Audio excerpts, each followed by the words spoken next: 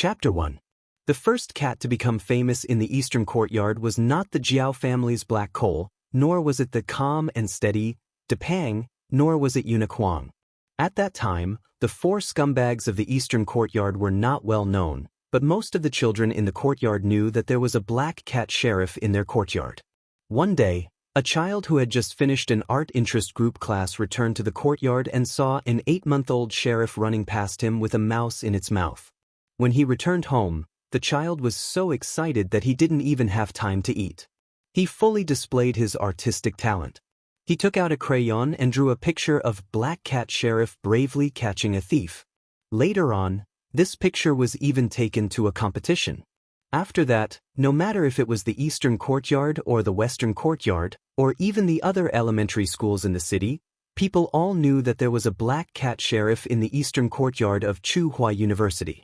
In the language class, students had to write about cats. More than half of the children who did not have a cat at home wrote about the sheriff. At that time, the teachers in the affiliated elementary school just laughed and thought that the children loved the Black Cat Sheriff because of the cartoons, so they did not pay too much attention to the cat. Many years later, the brave Black Cat Sheriff that had been praised by many children became the favorite cat in Tsinghua University. Its picture was all over the country, and a few of the language teachers even gathered in the office to talk about it for an entire afternoon. In the hearts of the children and adults, the Black Cat Sheriff was still as brave as ever. Now, many children had grown from little toddlers to middle school students, and some of the elementary school students had already gone to university. But when it came to the cats in the courtyard at home, many people still remembered the existence of the Black Cat Sheriff, and it often made its presence known in the courtyard. 10 years had passed and it was still the same. However, in the eyes of others, it had a different impression. People who were familiar with the sheriff knew that this cat had two characteristics. One was that it was very aggressive and did not care about its life when it fought. Wherever it was put down, it would get up and recuperate before running back to fight. The other was that it had a special gift for language, and it was very dog-like. There was a rumor that the sheriff's owner had raised it as a dog since it was young. Regarding this, the sheriff's owner had to cry out for justice. The sheriff was born with a gift for languages. He had been curious about strange sounds since he was young, such as the sound of a washing machine, a TV set, musical instruments, and the sounds of other species other than cats.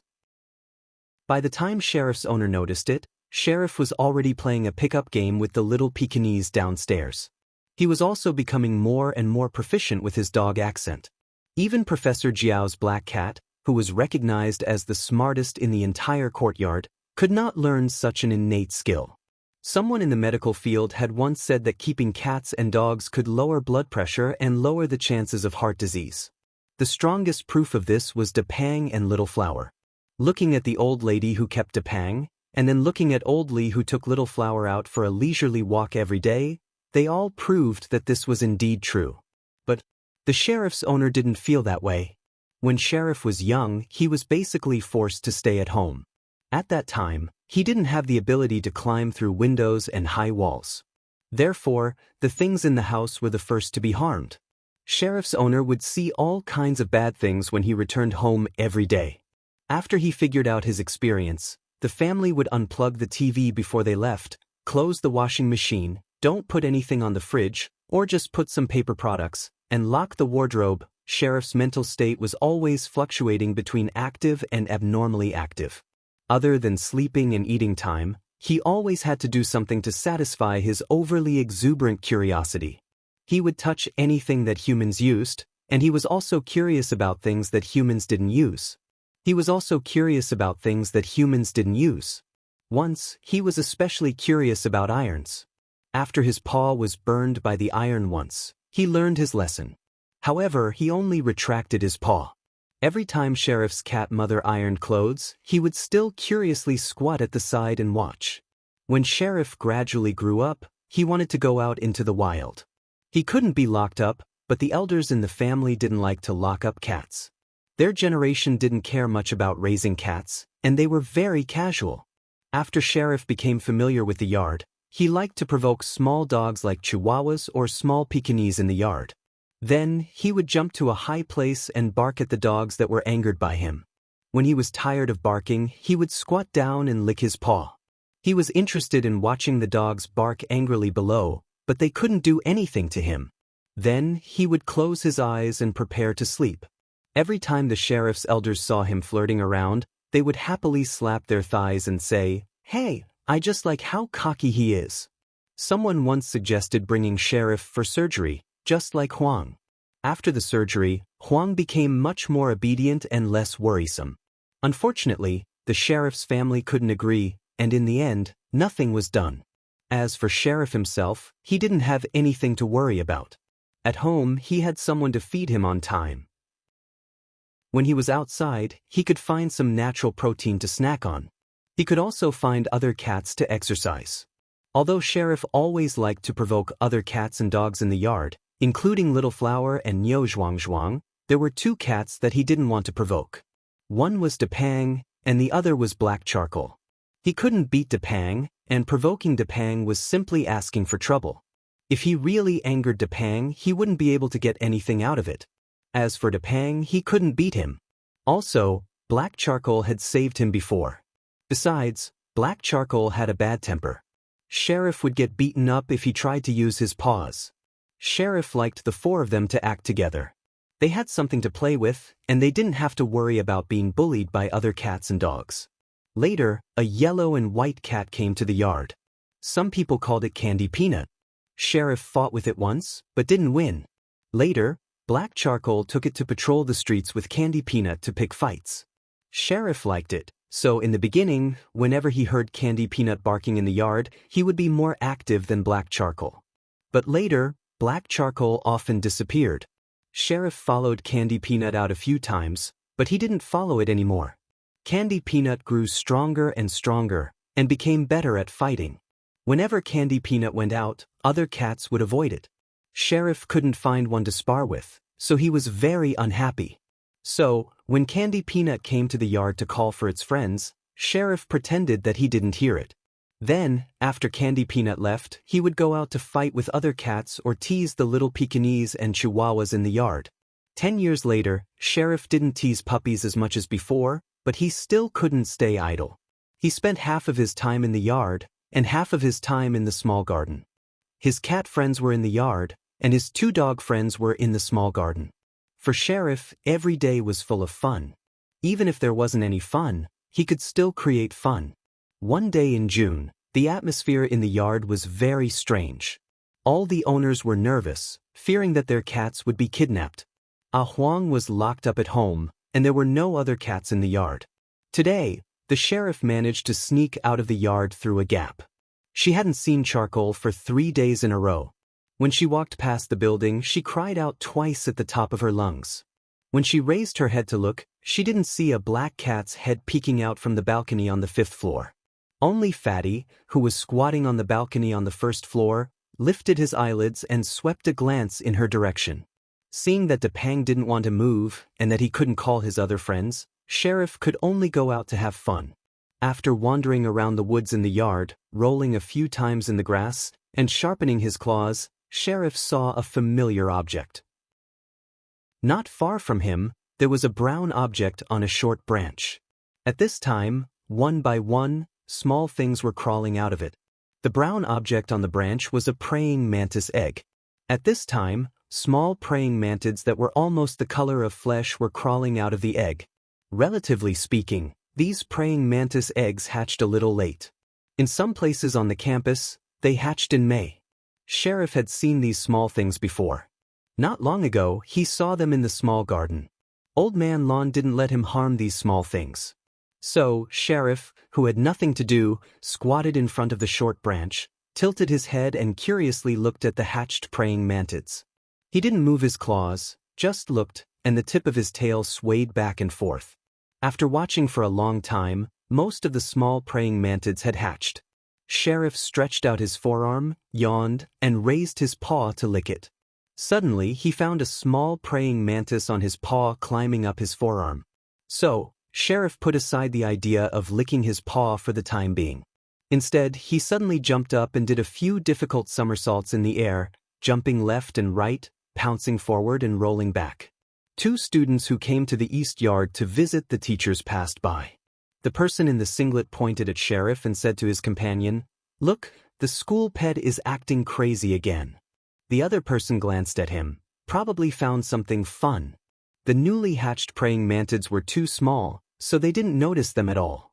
That's hard to say.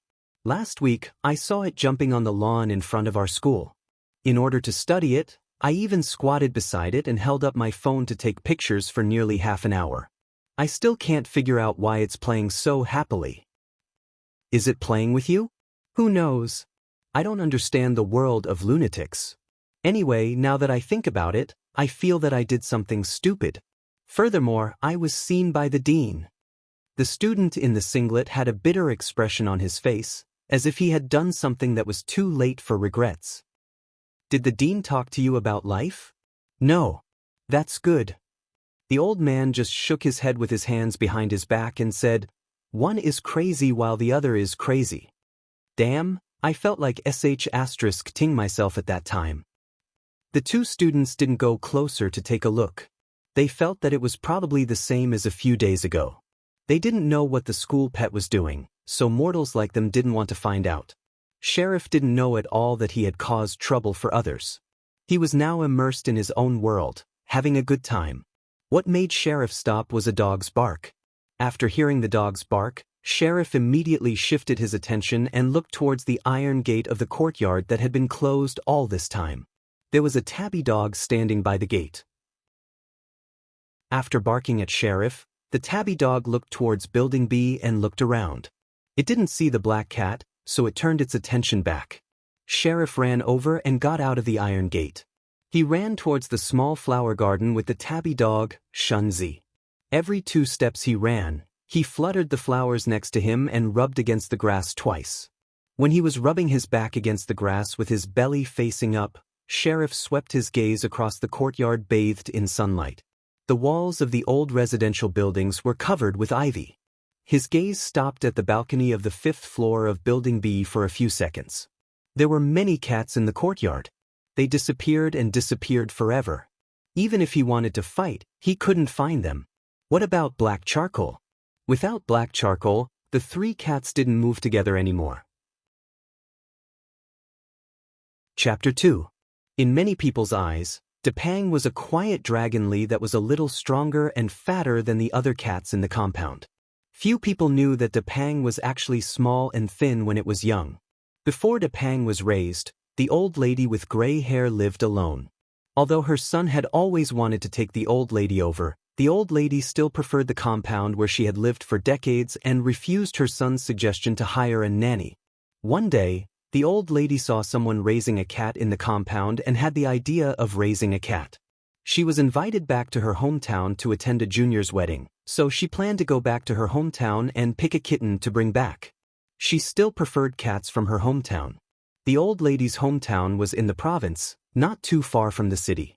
Every week, people from her hometown would come to the provincial capital to do business and transport goods. Naturally, they would also visit the old lady. After all, some of them could do business in the provincial capital safely because of the old lady's connections, so they would definitely come to visit during the holidays. Coincidentally, the female cat of one of the visitors had given birth. When he heard that the old lady wanted to catch a cat from her hometown, he immediately agreed. The old lady took the car arranged by her son back to her hometown. When she arrived, she found out that there would be a few juniors holding weddings in the next month or so. Although they were not related by blood, the relationship between the older generation was there. Some people warmly urged her to stay. The old lady also felt that it was too troublesome to go back and forth from her hometown, so she decided to stay in her hometown for a month or 2 before going back to the provincial capital. After all, many of her peers were old and might pass away at any time. She wanted to talk more while her bones were still strong. During this time, the old lady went to choose a cat. In fact, when the old lady went over, the litter of kittens were already more than a month old. They were strong and had beautiful fur colors. They had already been booked, but the family did not tell the old lady. They only let the old lady choose which one she liked.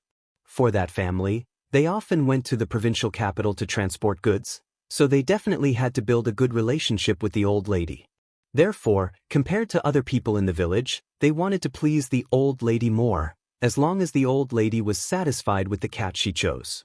As for other people who had already come to order cats, they didn't care much. It was just a cat. They would apologize and drink some wine, and this matter would be over. However, the family did not expect the old lady to look at the litter of kittens and finally pick the smallest one. This is the last one to be born. Usually, it can't compete with other kittens for food. It was born small and didn't eat as much as other kittens. This month, it's even more obvious. The man stroked the cat's fur to comfort her. His cat was an old cat and was familiar with people. She didn't run away at the sight of people like other cats. Even when neighbors came to see their kittens, she didn't care much.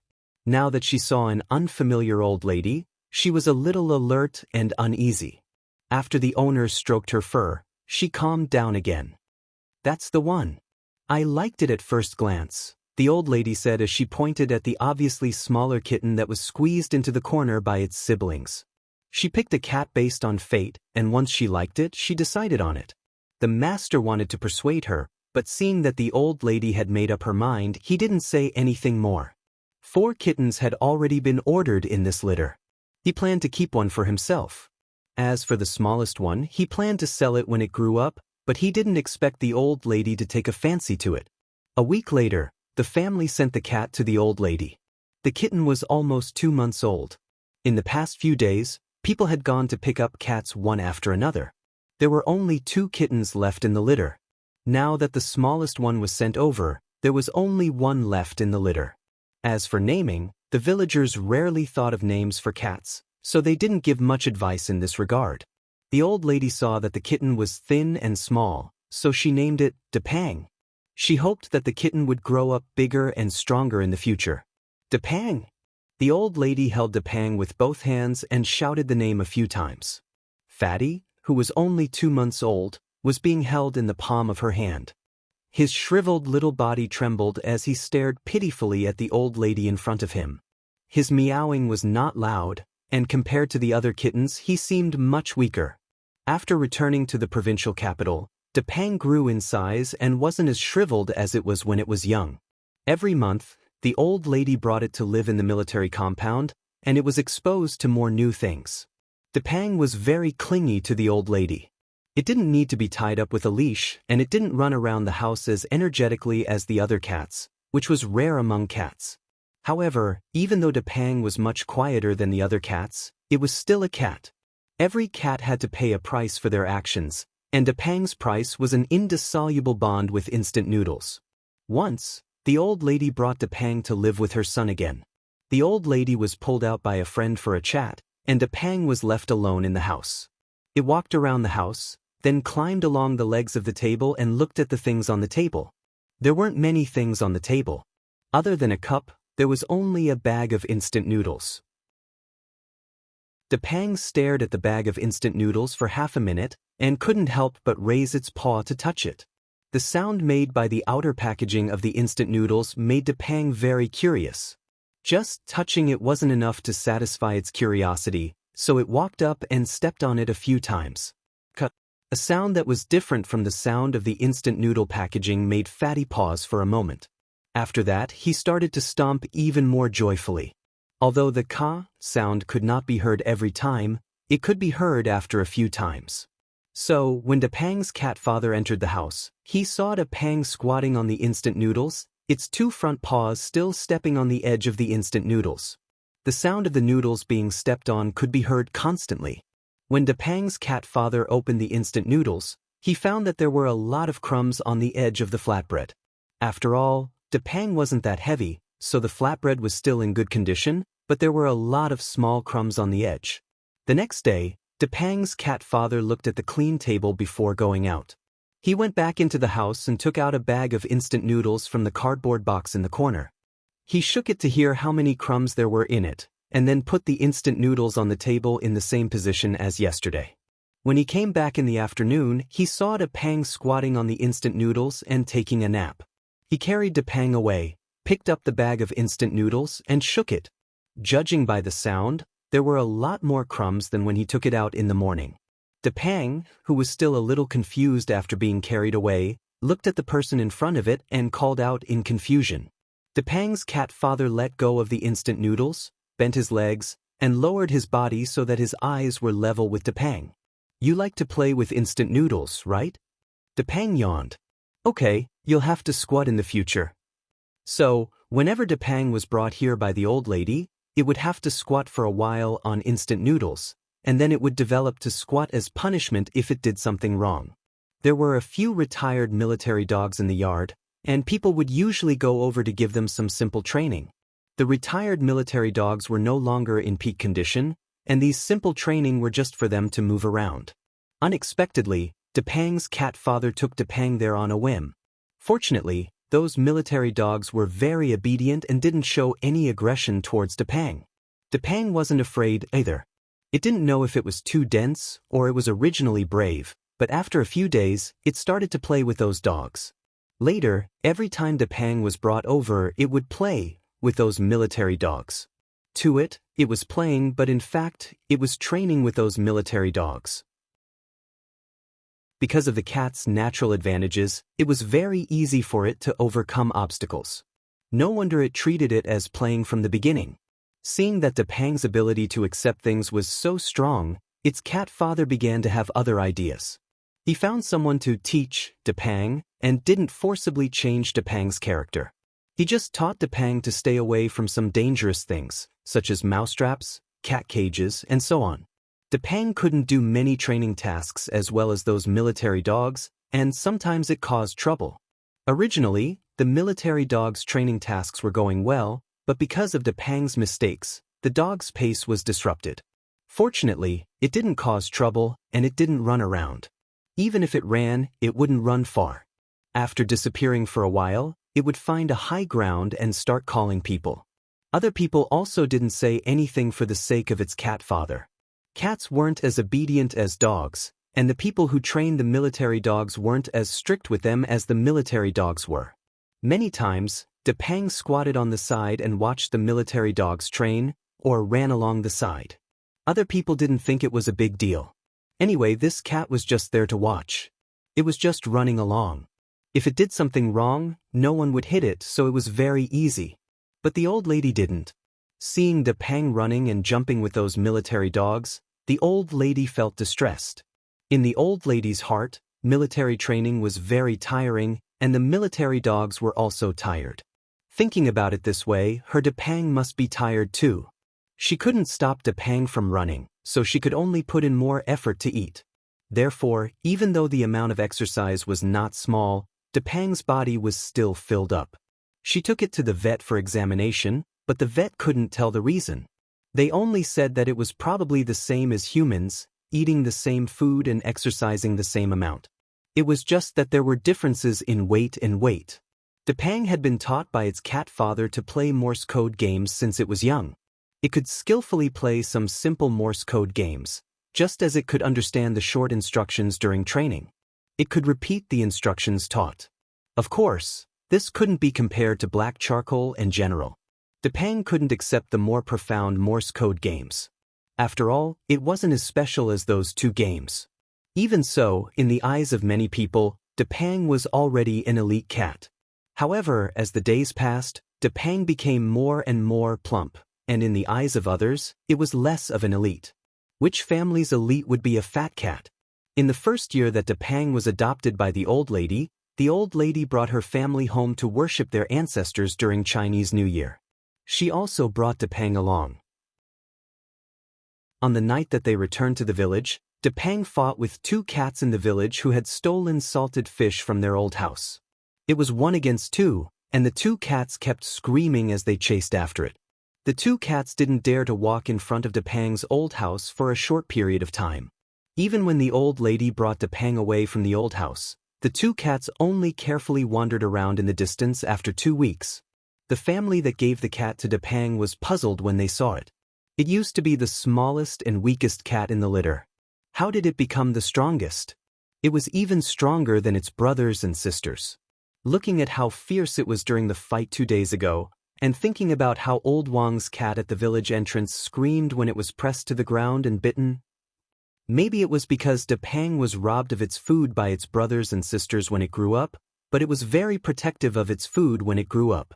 In the eastern courtyard, the sheriff and Huang never robbed Depang of its food. They couldn't beat it, and they didn't dare to. One time, a cat from the western courtyard came over. While the balcony door was open, Depang followed the other 3 cats out for a walk. It followed the smell and sneaked in to steal food. It was caught red-handed by Depang when it came back. Depang, who was walking home slowly, suddenly became Spartan. With a speed that didn't match its fat body, it rushed over to the cat and bit it on the ground. The cat screamed in pain. The cat struggled to get out of the door with injuries, and a tuft of hair on its ear was bitten off. Depang didn't give up. It chased it out of the eastern courtyard, and along the way, it pressed down on the cat and bit it a few more times. Since then, the cat didn't even enter the eastern courtyard. When it walked around the campus, it avoided Depang like the plague. Although it was protective of its food, Depang didn't eat indiscriminately. It rarely ate food given to it by others. Even if it was someone it knew in the courtyard, it might not give face. In general, although Depang wasn't particularly friendly to other animals, it wouldn't take the initiative to attack them. It would only explode when it was robbed of its food or when it encountered a dangerous object. It usually looked harmless. At first glance, it looked like a fluffy and docile cat doll. Some people also said that Depang wasn't lively. With the other cats in the courtyard in front of it, Depang looked like a slow little old man. It was much quieter than Huang. But for the old man, this was considered a good thing. It was very easy to worry about. The balcony on the first floor of Building B in the eastern courtyard had cement railings. Probably because it was on the first floor, Depang's balcony railings were wider than those of the people upstairs. Usually, there were 2 pots of flowers. Sometimes, the old lady would take out the insoles and put them there to dry. However, there was a spot on the railings reserved for Depang.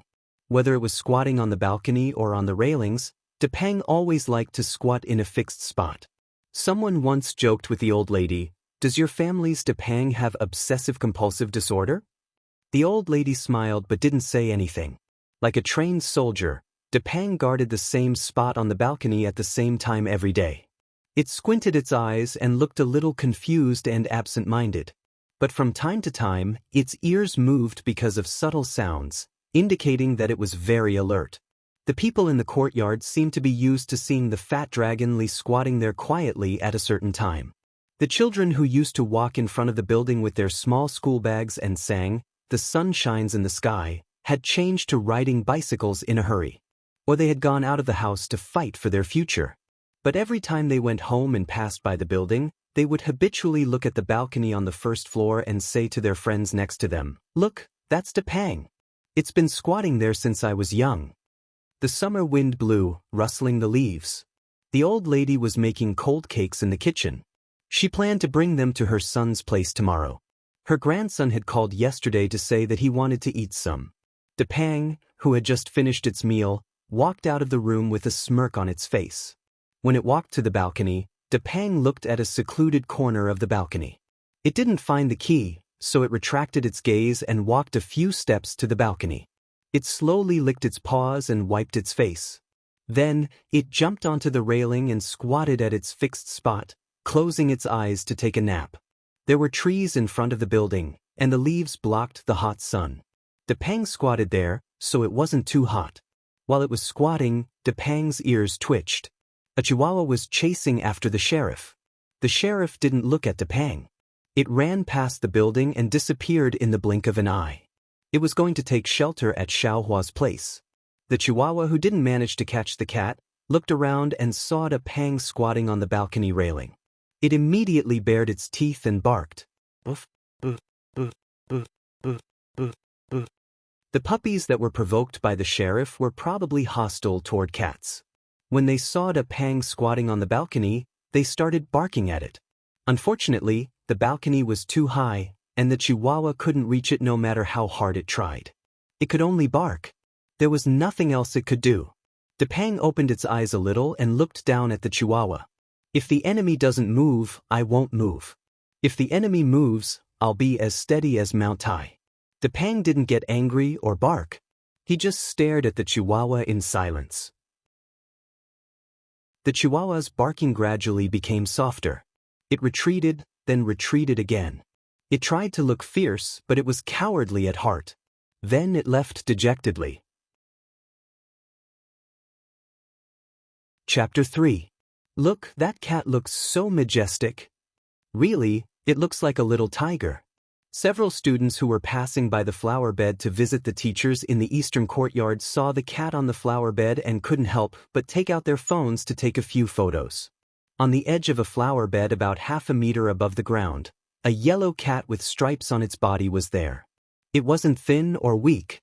At that moment, the cat was walking along the edge of the flower bed with its tail up. His eyes were not wide open and looked a little careless and casual. His pupils were narrowed into shuttles because of the light, and his gaze looked very sharp. Coupled with the standard arrogant steps of a feline, he gave off a good overall impression. It was no wonder that some students' first impression of him was that he was impressive.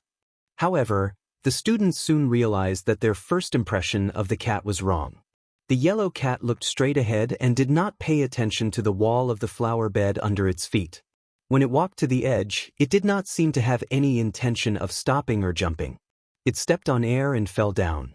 Before it could adjust its landing position, it rolled on the grass pathetically. The students were speechless.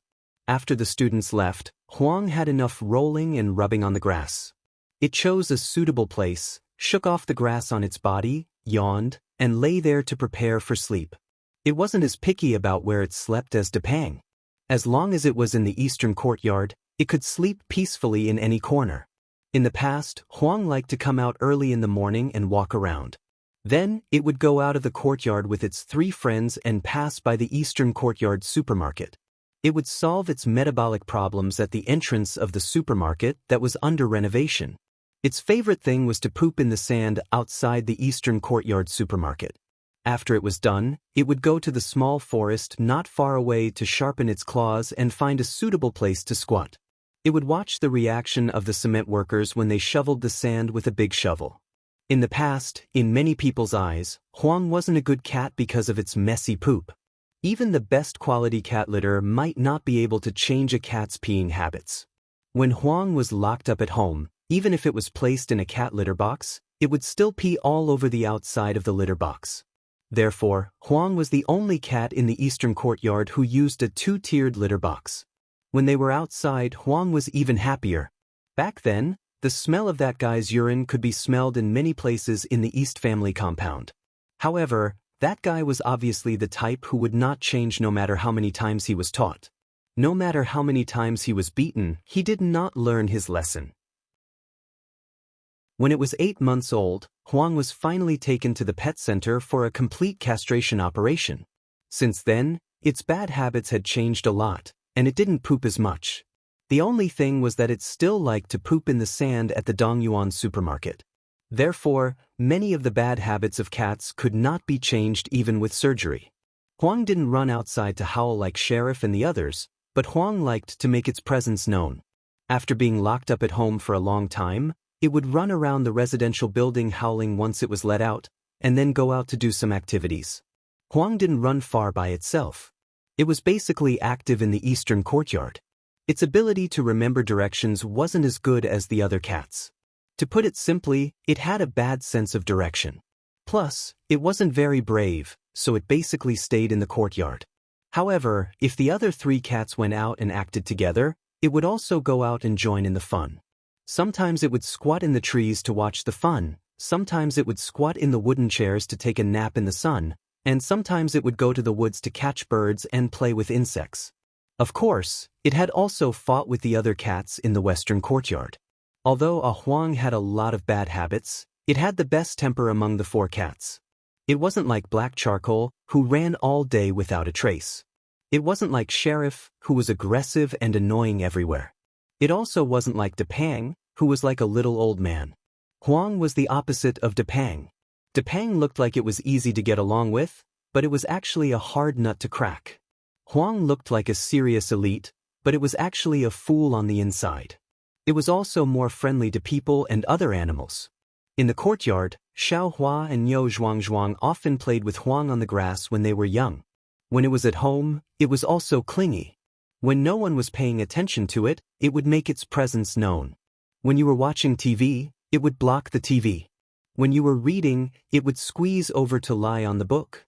When its cat mother was knitting, it would go over to grab the ball of wool. Some of the children in the courtyard liked to call Huang eunuch Huang. One time, when a naughty child heard his parents talking about Huang, he said, "Huang is a little eunuch." Later on, he often called Huang little eunuch or eunuch Huang with the other children in the courtyard. Huang was used to it and knew that it was being called, but it didn't care. It didn't understand the meaning of these words. As long as the children didn't pull its whiskers or tail, it was always more tolerant. Even if the children pinched its face and pulled it to the sides, as long as it didn't hurt too much, it was too lazy to resist and let the children play. Sometimes, when some people in the courtyard saw Huang lying on the grass and basking in the sun, they couldn't help but rub it on the grass a few times as if it was dough. Many people who knew about Huang's amiable personality said that it was because Huang had undergone castration surgery, so its personality was a bit soft. However, if those people had seen Huang fight with the other 3 cats, they would know that this guy was actually quite manly and had the courage to fight. Probably because it didn't have the rippling thoughts of other cats who hadn't been castrated, Huang saved a lot of effort. It still had some meat on its body. Although it wasn't like Depang's, it was still a lot thicker than Sheriff's. Combined with its deceptive appearance, it looked quite impressive. As it grew older, even if it was still an idiot, Huang would learn a lot of things. It would understand some simple principles and gradually change some bad habits.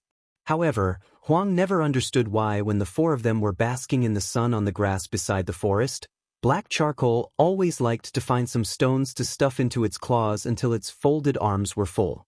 Why was this? The wind in June was a bit arrogant. It blew Huang's fur backwards and woke up the sleepy Huang. Squinting its eyes and yawning, Huang got up and jumped onto the flower bed next to it. It looked at the already slanted sunlight and the green grassland in front of it. The grassland was a bit big and empty. Meow. Huang stood by the flower bed and meowed a few times in the direction of the grassland. The people who went to pick up the children from kindergarten were already used to this cat that liked to meow a few times before doing anything, so they didn't care. However, a child who was being led by the cat walked over and stared at Huang. Huang and the child looked at each other for a few seconds. The smell was quite familiar, so it wasn't afraid. It stretched and lay down again, still holding its claws like it did in winter. After a few more seconds, Huang realized that it was a bit hot. Just as it was about to stretch and lie down, it suddenly realized that the child in front of it moved. The child with a small backpack dug around in his pocket and took out a walnut and put it in front of Huang. He paused, stretched out his finger and poked the walnut between Huang's 2 front claws, then ran back to the parent who was waiting a few steps away. "What is Huang doing?" the parent joked.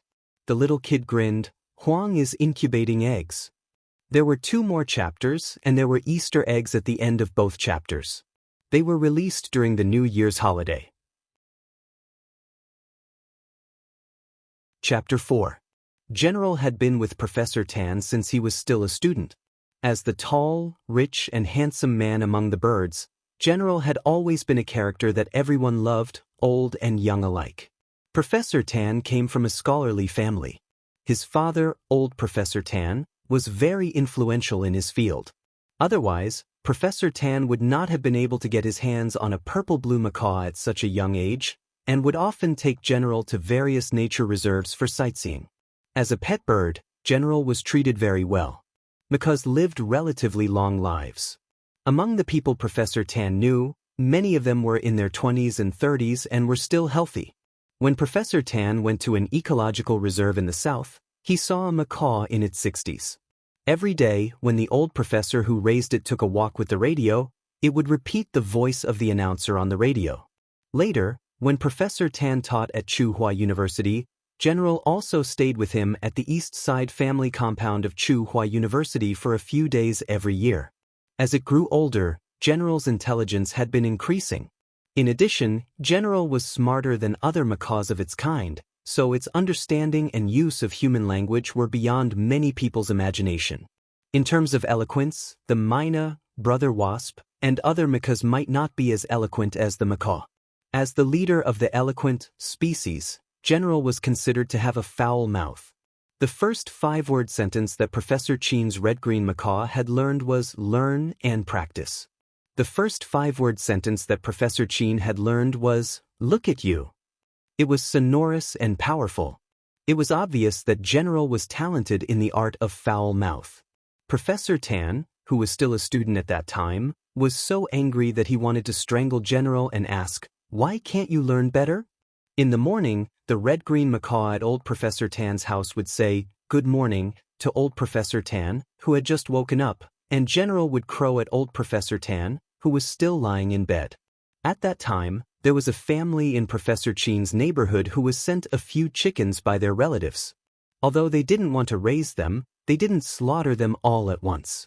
They put them on the balcony and made a simple cage. Among them, there was a rooster. That rooster crowed every morning. General also learned from this rooster. However, the crow that the General learned was a little out of place. In Professor Tan's words, it was like a rooster that had been castrated but not completely castrated. It was a little hysterical and breathless. It was uncomfortable to listen to.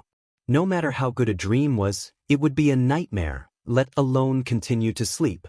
Later on, that family slaughtered all the chickens, and there were no more crows in the neighborhood.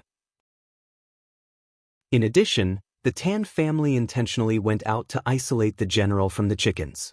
Only then did the General change his bad habit. Otherwise, after he went to Tsinghua University, the people in the Eastern Courtyard would be the ones to suffer. General had a lot of hobbies. One of the more prominent ones was that it liked to bite cat ears. This was probably related to the fact that it was bullied by cats when it was young. Another habit that people both loved and hated was singing. When Professor Tan was still a student, he didn't have much time to take care of General. Therefore, General spent most of its time with old Professor Tan and his wife. The two of them especially liked to teach it how to sing. They taught it songs that were very characteristic of that era. They even liked to teach it operas. Even though Professor Tan had been teaching at Tsinghua University for many years, General still preferred songs from that era. It was probably because it couldn't understand the lyrics of many pop songs nowadays and couldn't appreciate the rhythm. Of course, Professor Tan also rarely taught it rap songs. When General went to the south to celebrate Chinese New Year, he came into contact with the Tan family's aunts. Naturally, they didn't teach it many 21st century pop songs. As for the things that General hated, there were many. Among the birds, the ones that it hated were magpies and cuckoos. It didn't know why the people around it liked ugly creatures like magpies. They didn't know how to sing or do crosstalk.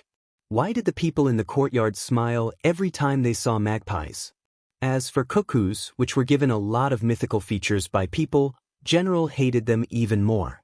It especially hated the parasitic behavior of some cuckoos. When General was released, if it saw cuckoos laying eggs in other birds' nests and kicking the original eggs or chicks out of the nest, General would chase after them and bite them. There was once when General was too impulsive and flew too fast. The forest was too dense and it didn't react in time. General crashed into a tree and its wings were scratched by a branch. It was locked up at home by Professor Tan for a few months. This hatred deepened. In the first few years in the Eastern Courtyard, General would bully the cats in the courtyard as soon as it was released. With its body size and fighting ability, it wasn't afraid of the pet cats in the courtyard. When it couldn't find any cats, it liked to talk nonsense when it was bored. General started to feel that the Eastern Courtyard was interesting when the black cat on the 5th floor appeared. It felt that it didn't have any communication barriers with the black cat. This was too rare, and it was the blessing of a bird's life. After getting along for a long time, General gradually stopped provoking the other cats in the courtyard. It focused on fighting the invaders of the Western Courtyard with the 4 cheap guests of the Eastern Courtyard. Every year, when General was brought to the south for the winter and returned to the Eastern Courtyard of Tsinghua University, it would first greet the black cat on the 5th floor. Until one day, when General returned to the courtyard after a business trip with Professor Tan, It heard that the black cat on the 5th floor had gone missing. It stood by the iron fence on the balcony every day and shouted loudly, but the black cat didn't show its head. Because of this, General was listless for a while. It felt that it had lost its confidant in the eastern courtyard and couldn't find any fun. However, after a period of time, the General found a new source of amusement. This made the General, who had been listless all this time, tremble again. On the 3rd floor, Airmao sat in front of his laptop and played games. Next to him was a can of beer and a box of chicken wings. His daughter was brought to her grandfather's house by his wife, and they were going to stay there for a while. Airmao wanted to go with them, but it was chased back after a few days. Yuan Air's grandfather was a cultural researcher. Every time Yuan Air went over, he would test her on her knowledge. Knowing that his little granddaughter knew a lot, the old man was quite happy at first, but gradually, the old man's face fell. What did it mean to chop wood but to sharpen a knife? What did it mean to be a man of integrity? What did it mean to be a man of virtue? The old man was so angry that his beard was almost pulled off. Before his little granddaughter was led astray, the old man decided to straighten her out himself. As for Airmao, who taught these things, it was chased back by the old man. At this moment, there were only Airmao and Black Rice in the house. Playing games, watching movies, and drinking alone at home was not bad. Black Rice was there to keep them company. Besides, when school started in September, their daughter would come back. These days would pass in the blink of an eye. It wasn't hard. Airmao went around and swayed its legs proudly. It picked up the can of beer and drank a few mouthfuls. Just as it was feeling proud, Airmao heard a stifled voice singing from outside. My house is on the Lus slope. The wind blows over the slope. It was the B***** upstairs. The next moment, another voice shouted. Whether it's the northwest wind or the southeast wind, it's my song, my song. It was the brat who just moved in from the 4th floor. Song my ass. Crack, crack, crack. Airmao squeezed the can of beer until it was twisted. The joy of winning a round was completely destroyed by this chorus. He smashed the can of beer onto the ground. Damn it, I can't live like this anymore. Ever since the brat from the 4th floor moved in a few days ago, this kind of affectionate duet happened frequently. Yesterday he sang childhood. What the hell did the bird know about childhood? The day before yesterday, he sang birds on the tree in pairs. Damn it, Airmao got goosebumps when he heard it. The day before yesterday, he sang a cut of plum.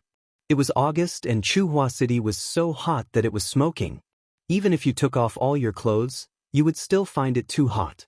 No matter how well he sang, Airmao couldn't understand the concept of snowflakes fluttering in the north wind. Besides, the two lunatics upstairs didn't sing well at all. Speaking of the brat on the 4th floor, even though the brat had been going door to door the moment he arrived and was quite popular in the compound, Airmao still felt that he was an eyesore no matter how he looked at him.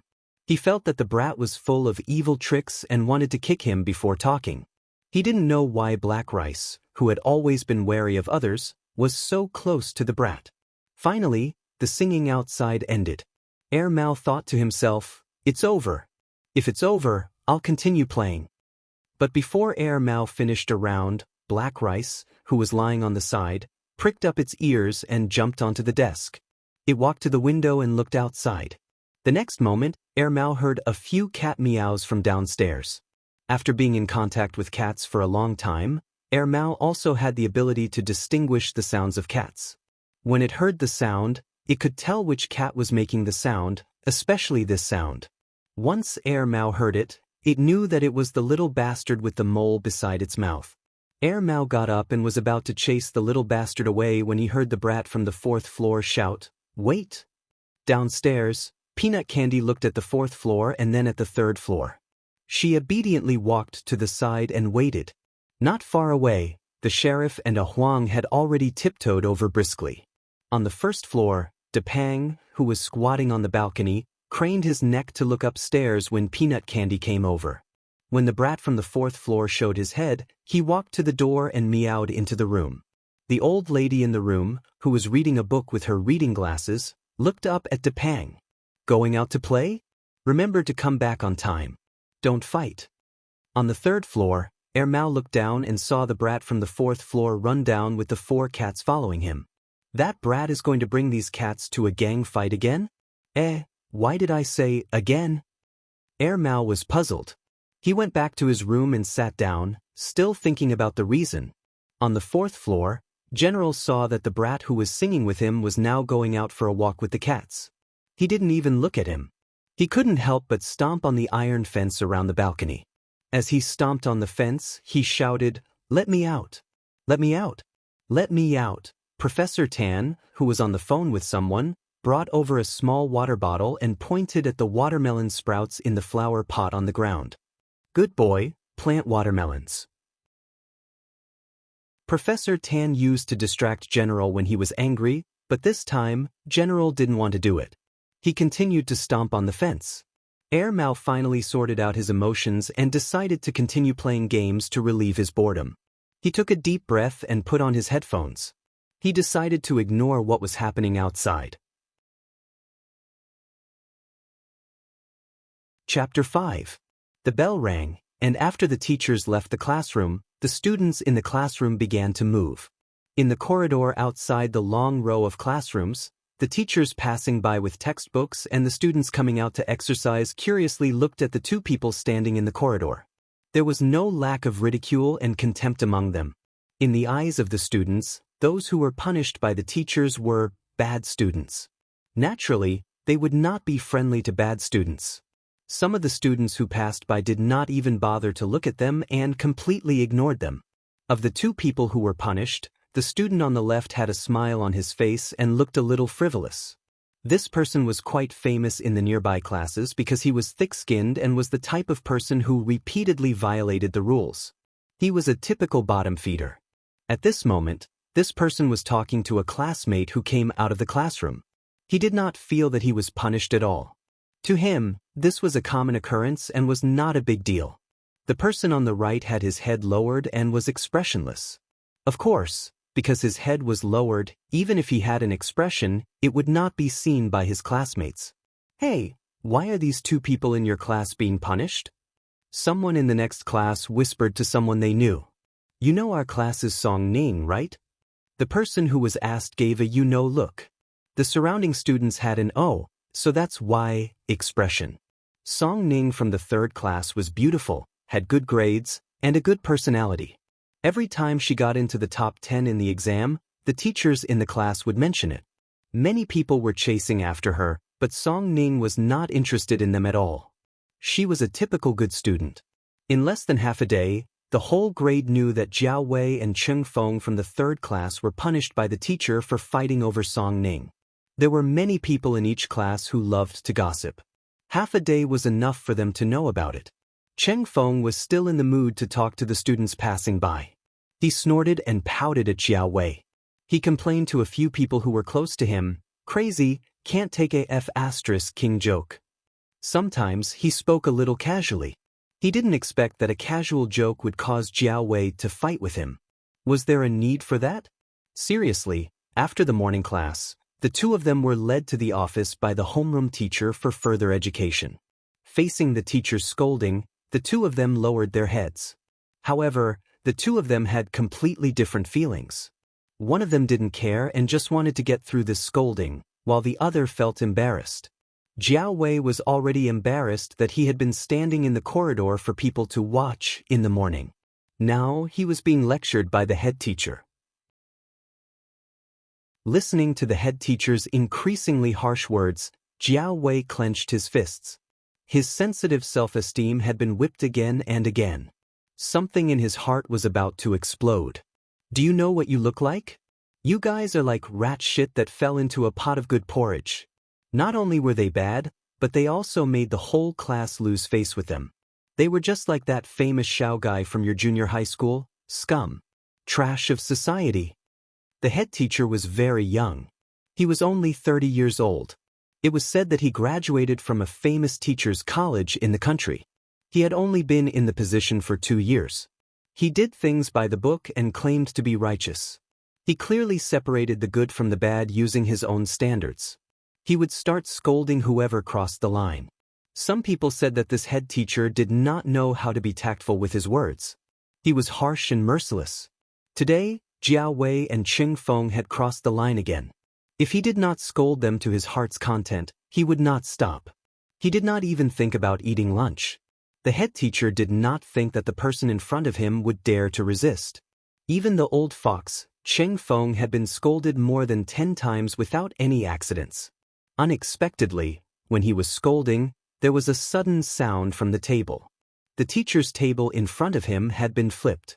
Moreover, the person who flipped the table was Jiao Wei, who did not have any bad records. Even the old fox, Ching Feng, was so shocked that his eyes widened. The head teacher reacted quickly. After being stunned, he became angrier. He looked at Jiao Wei and said, "What do you want?" Flipping the table, "Your temper is worse than mine. I can't even talk to you? If you have the guts, don't come to school."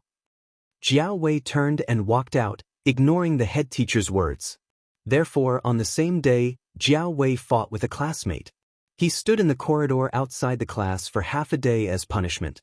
Then, he flipped the table with the head teacher. Soon, the head teacher found Jiao Wei's parents for a talk.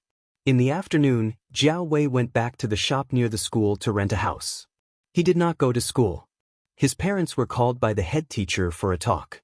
When they came back, they wanted to say something to Jiao Wei, but they could not bear to scold him. They secretly discussed using money to send gifts to the head teacher and the school leaders. After all, Jiao Wei had to go back to school. They were also worried that the school would give him a demerit. They did not know if it would be recorded in the records. The school was looking for a bad example. From the head teacher's words, it seemed that the school had their eyes on Jiao Wei.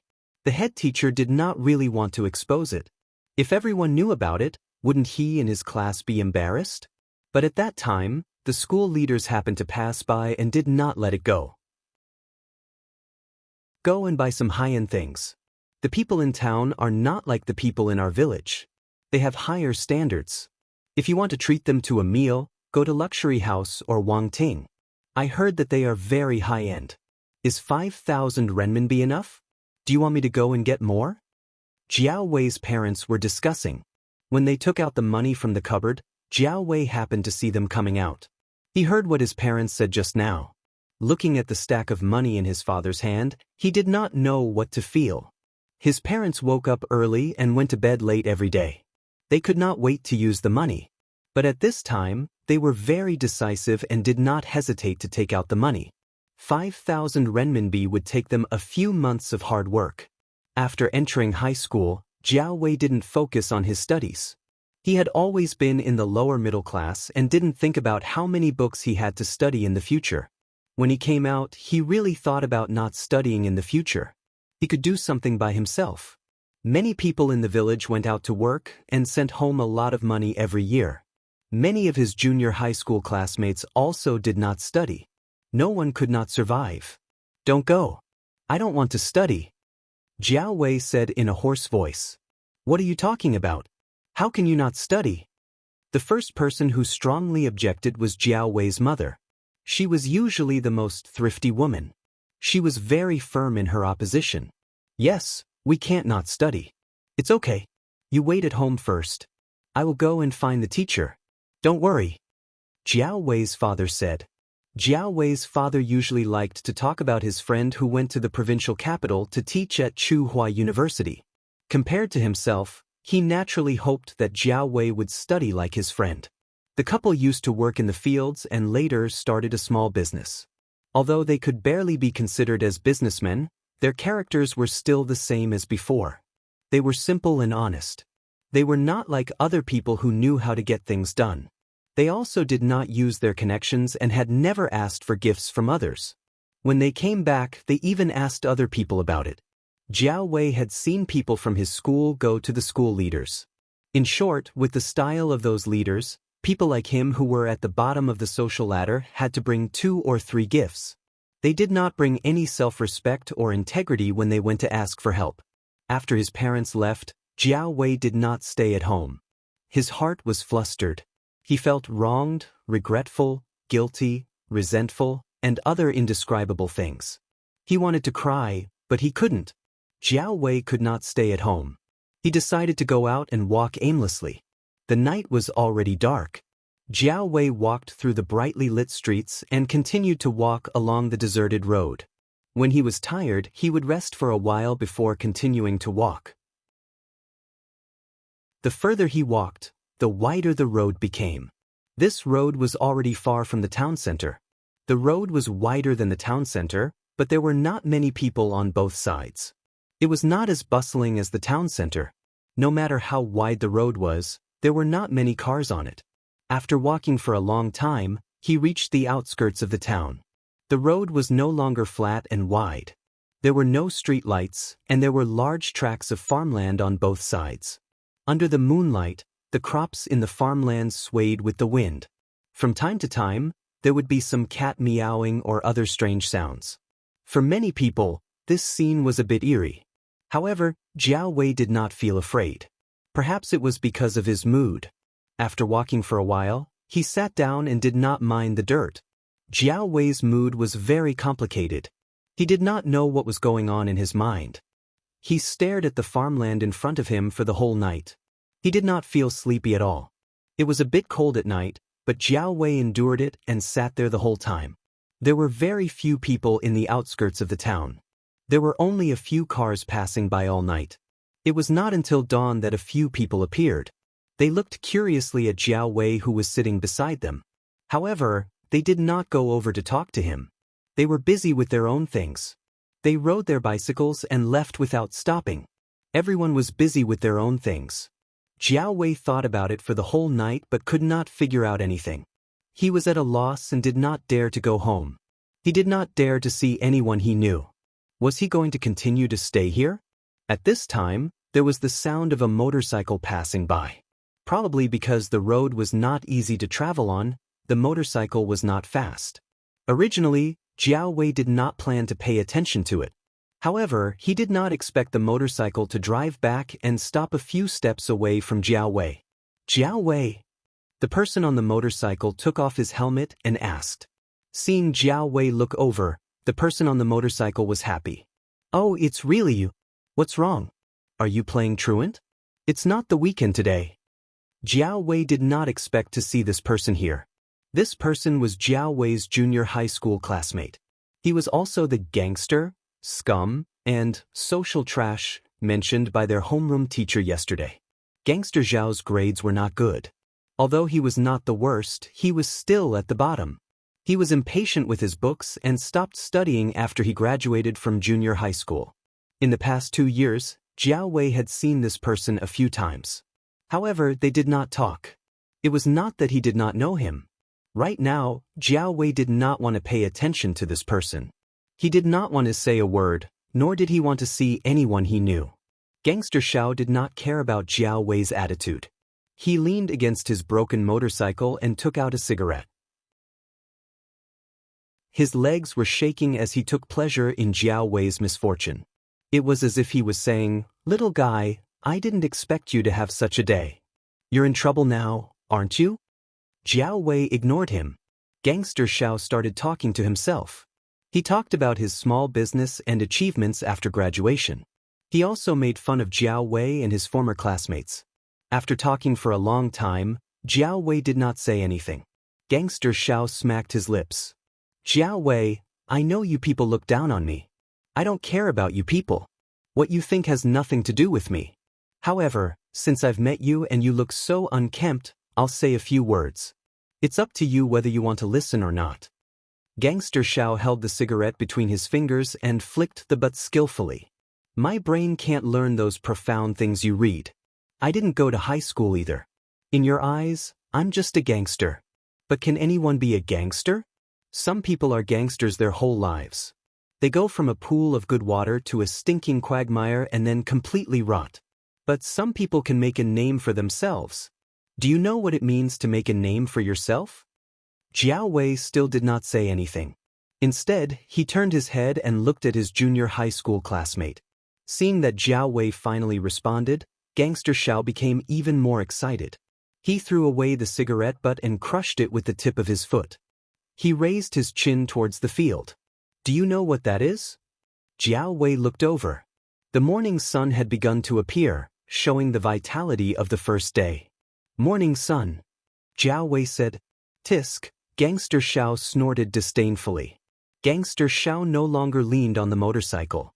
Instead, he took a step towards the field. Looking at the large field in front of him, he raised his hand and pointed.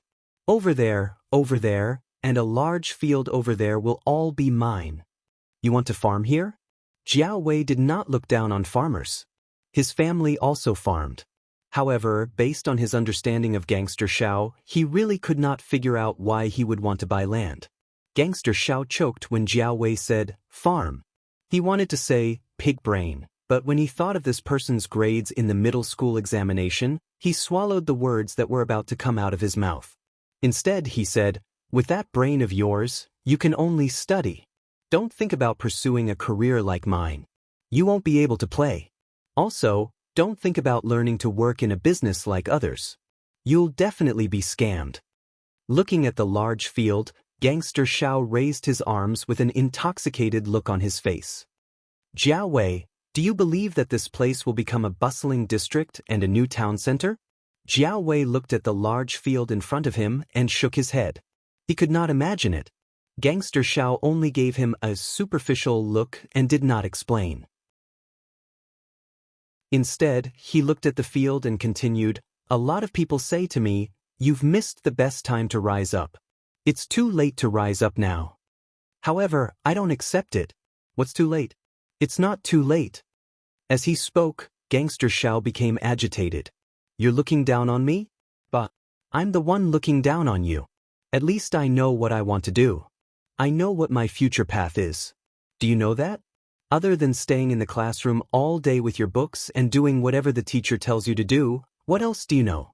Have you found your path? It'll take at least a few years to find your path. Right now, my starting point is higher than yours.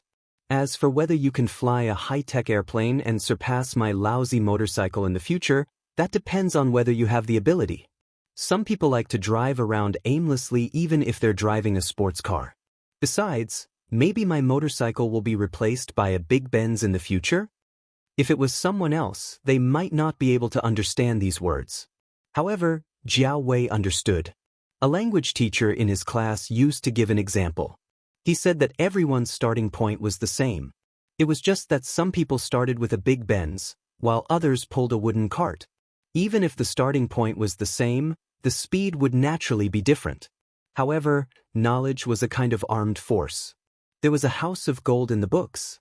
Although the person pulling the wooden cart was lagging behind, he might be able to fly a plane and surpass it in the future.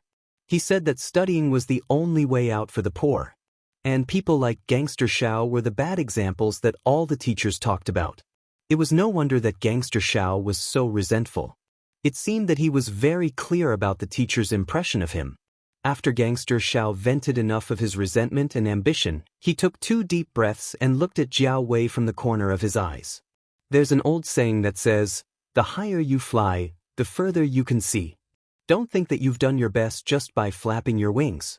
As for how high you can fly, you'll only know when you've flown. You think the sky is falling just because you've been wronged?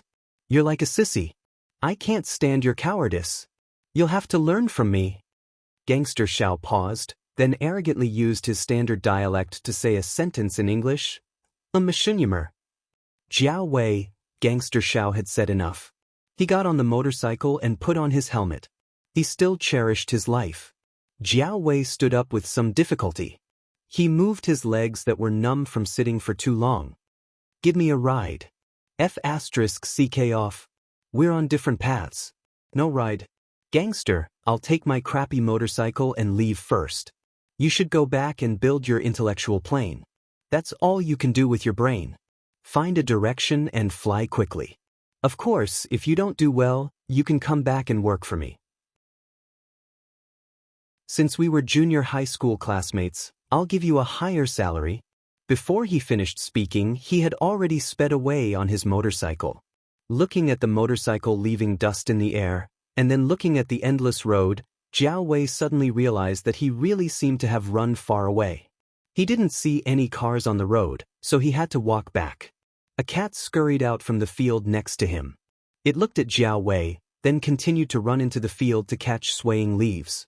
On the other side of the field, There was a small residential building with bricks and tiles in his line of sight. Someone shouted a few times in his direction, followed by the sound of bowls being knocked on. The cat that was playing with leaves in the field immediately stood up and ran in that direction. As it ran, it meowed as if it was responding. Jiao Wei raised his hand to block the sunlight to take a look. He took a deep breath and started to walk back along the road. He hadn't been home the whole night. He hadn't called either. His parents were probably so worried that they hadn't slept the whole night. 10 years later, a car stopped in front of Tsinghua University. Jiao Wei got out of the car. He had followed his doctoral supervisor to a company that had a collaboration project. His supervisor had a house nearby, so he dropped Jiao Wei off on the way back. Jiao Wei went to his family's small restaurant to eat before entering the university. He had a few documents that needed to be stamped by the institute. Jiao Wei didn't walk far along the main campus road when he heard someone calling him. He followed the voice and saw a person with a smiling face running towards him. "Yo, Qingfeng. Why didn't you call me when you came over?" Jiao Wei smiled and said to the person, "The company organized a training here. I thought you weren't here. Didn't you say you had something to do a while ago? Did you just come back?" Cheng Feng wiped the sweat off his forehead. "They said it's training for cadres, but they actually want to do military training. Damn, I haven't been trained like this since my first year in university. It's so hot. Luckily, your school has a lot of trees. The quality of the female students in your school is pretty good. My school was focused on engineering and it was filled with monks. Even if the girls there looked like frogs, they would have already been booked. Hey, look, that girl has a nice body. Don't you already have a wife?" Jiao Wei asked. "Hey, I'm not with you now. Look at your serious face. You haven't improved at all." Cheng Feng's eyes wandered over to the few girls who were walking over as he spoke. Jiao Wei smiled. Cheng Feng was always like this. They had fought many times before, but they became close after that. They were like that when they were students. They would beat each other until their faces were swollen. Maybe they would call each other brothers in the next match. Who hadn't done a few stupid things before? Teenagers had the impulsiveness of teenagers, and adults had the way of thinking of adults.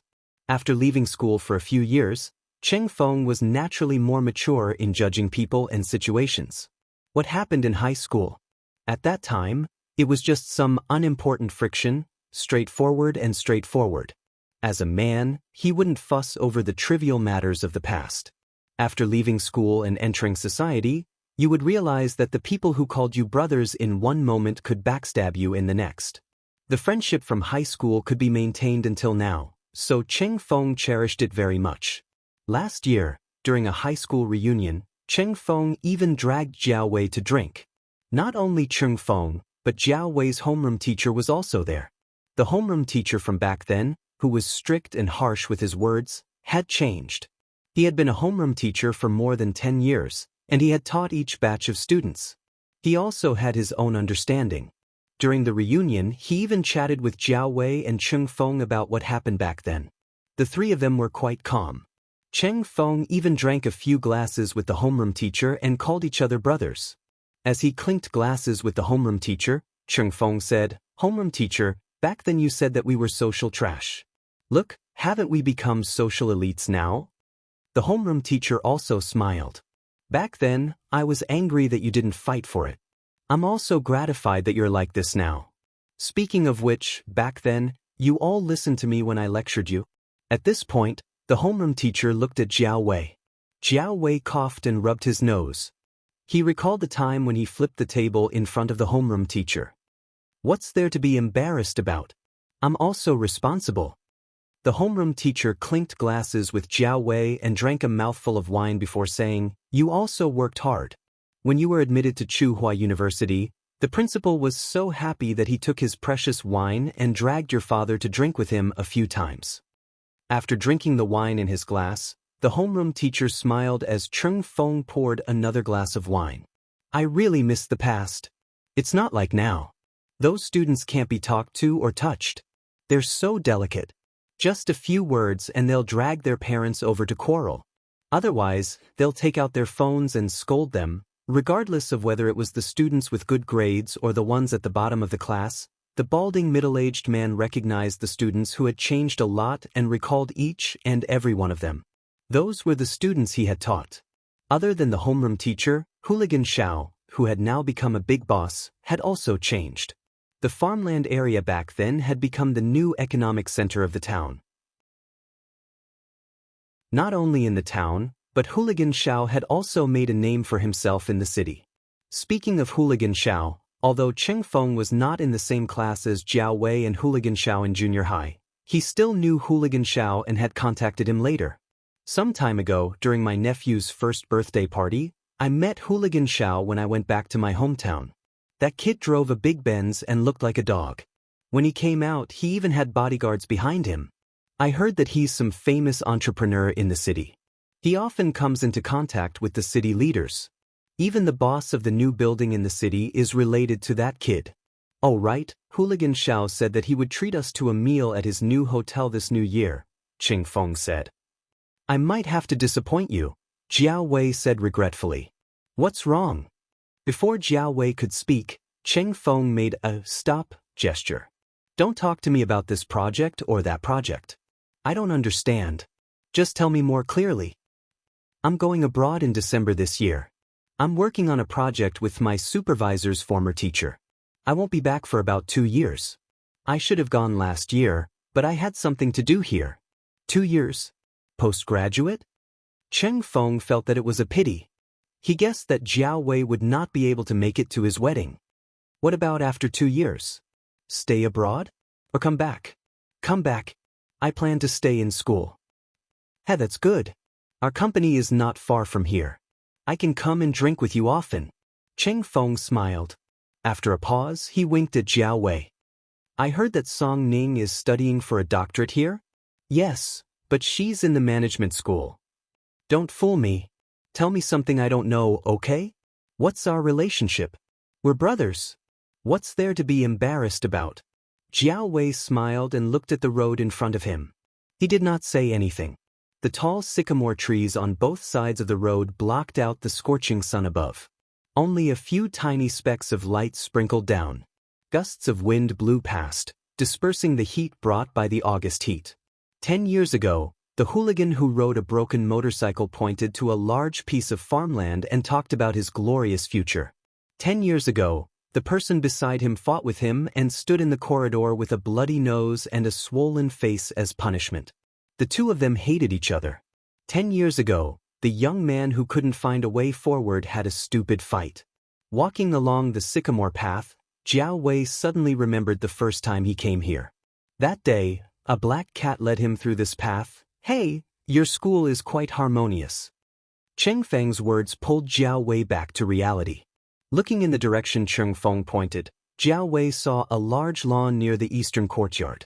There, under the camphor tree, a young man sat casually on the grass. He held a thick book and stared at the pages as if he was looking at an enemy. There were 3 cats lying next to the young man. Jiao Wei recognized all of them. The fat dragon Li was lying there peacefully with its eyes closed and taking a nap. Huang was rubbing its back on the grass. The sheriff was flapping its paws as if it had found something on the grass. As he read, the young man put the book down on the grass and rubbed a Huang, who was rubbing against him, a few times as if he was kneading dough. Then he rolled on the grass and whispered as he rolled, "It's so hard, so hard." Cheng Feng saw this scene and sighed. Hey, it's so good to be a cat. There's not so much trouble.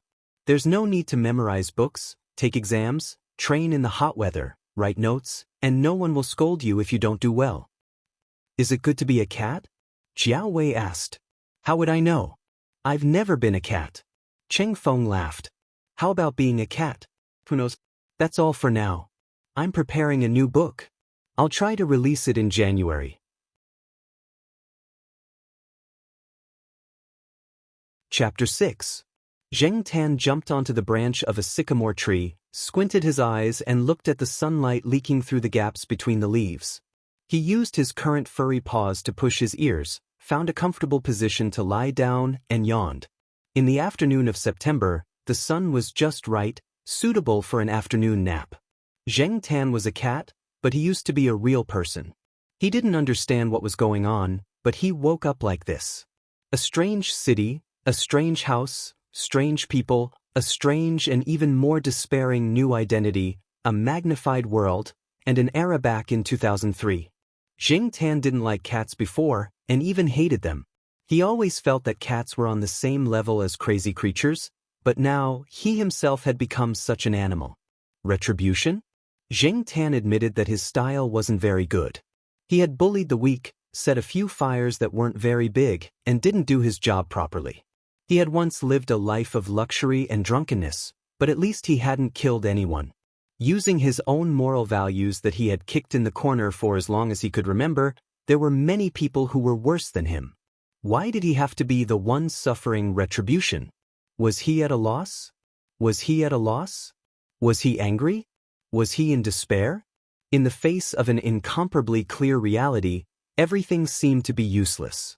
For his once indulgent life, Zheng Tan could only comfort himself with a sentence: when the wind blows away the eggshells, the wealth is gone, and the people are happy.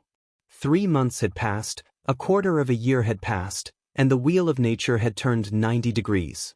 Zheng Tan's mood when he first came here had calmed down, and he gradually became familiar with it. Sometimes, being unambitious and muddling along was a rare state of mind. This was the century-old famous university, Tsinghua University, which ranked first among the universities in the central region of Huaxia. The advantage of a century-old famous university was that the area was large enough, and the greenery was in place. Occasionally, students would walk on the road under the tree. The atmosphere here was quiet, but it didn't lose its vitality. Zheng Tan closed his eyes for a while in this good atmosphere, and was awakened by the sound of dogs barking. Zheng Tan's ears twitched. He didn't need to look to know which 2 people were causing a ruckus.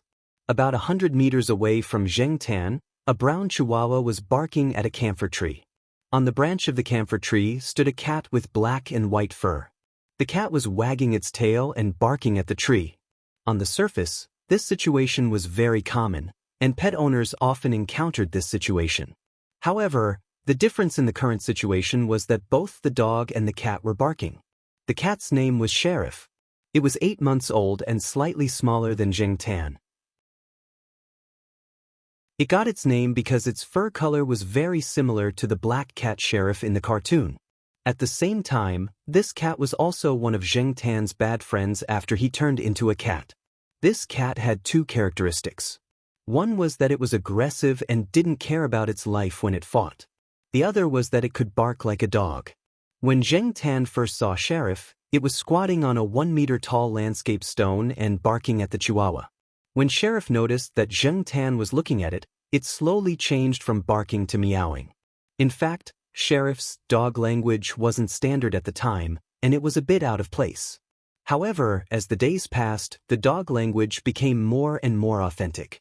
Most people couldn't tell if it was real or fake. When the cat was tired, it would stick out its tongue and pant like a dog. Therefore, Zheng Tan often wondered if there was a dog's soul living in the cat's body. Zheng Tan didn't pay attention to it anymore. He yawned and continued to sleep. He wasn't worried about Sheriff's safety at all. Sheriff and the Chihuahua had been fighting since they were young, so it was very experienced. Why did Sheriff always have a problem with the Chihuahua? The reason was that the Chihuahua was the smallest pet dog in the East Side family compound. Pick the fresh fish to eat, and pick the soft persimmons to pinch. Even cats knew this. Zheng Tan slept all the way until the bell rang for the end of the 3rd period in the university's teaching area. She stretched herself and slowly slid down from the tall Chinese parasol tree. Trot along the walkway, then through a peach grove, and you'll see a wall. This was an elementary school attached to Tsinghua University. Many of the children of the staff and family members went to school here. It was convenient for parents to pick up and drop off their children. Zheng Tan jumped on the wall and looked at the classrooms on the 2nd and 6th floor. He then walked along the wall towards the school gate. Zheng Tan waited on the wall about 20 meters away from the school gate. 7 to 8 minutes later, the bell rang for the end of class. It wasn't a sharp bell, but a lively and cheerful music. It was very human-like. A little girl wearing a floral dress and carrying a Hello Kitty backpack walked out of the corridor. She looked toward Zheng Tan as soon as she came out of the staircase. Seeing Zheng Tan squatting on the wall, the little girl's emotionless eyes lit up and she ran towards him. Brother Yuan said that they have a quiz in the last period. We might have to wait a little longer. Before the little girl could finish her sentence, Zheng Tan saw a person rushing out of the staircase. He was dragging his school bag like a sack, and his hair was messy like a chicken's nest. He ran straight towards them with a smug smile on his face. He made a victory sign in the shape of a V at Zheng Tan and the little girl. It seemed that this kid did well in the quiz in the last period. The boy's name was Jiao Yuan. He was the child of the family that had adopted Zheng Tan. He was in the 6th grade.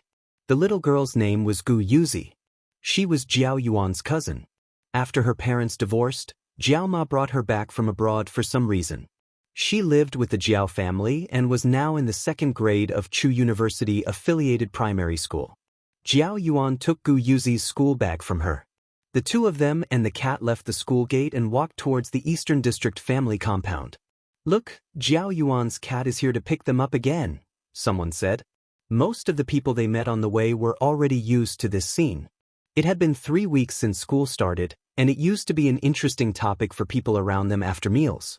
The Eastern District family compound wasn't far from the affiliated primary school. They arrived in less than 10 minutes. The Jiao family lived on the 5th floor of Block B of the Eastern District family compound. There was a security guard at the entrance of every building. Jiao Yuan touched his keychain to the door, and the iron door opened with a ding sound. There was a small round tag on Jiao Yuan's keychain. This was the key for the security guard. Almost everyone who lived in the Jiao family building had one. Zheng Tan also had one around his neck. However, this one was a little special. Zheng Tan's face was pasted on the front of the round tag, and the Jiao family's home address and contact number were pasted on the back. The Jiao Pa had specially made the key card and the pet tag into one. When Zheng Tan entered the building, he looked at the balcony of a family on the 1st floor. He didn't see the fat guy. He guessed that the fat guy had been taken to visit relatives again. At this time of the day, the Jiao family's door was always open. After all, it was the Jiao family building. There were security guards and security cameras at the entrance. It was much safer than some of the apartments outside. Jiao Ma was cooking, and there were sounds of people talking in the living room. Then, I'll have to trouble you with the advertisement. Zheng Tan stopped in his tracks. He was familiar with this voice. It was the owner of a pet store near Chu Hua University. His surname was Gua. His brother was a veterinarian. Zheng Tan's vaccine was given by his brother.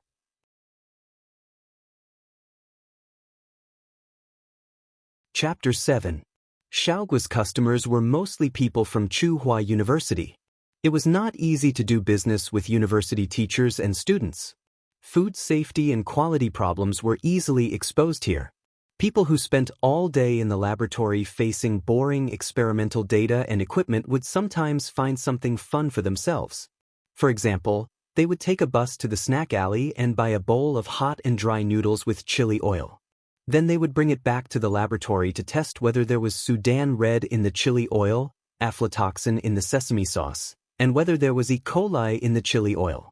Therefore, to do business with university teachers and students and to have a good reputation, it required a long-term guarantee of excellent quality. But because of this, Xiaoguo's shop had a strong reputation.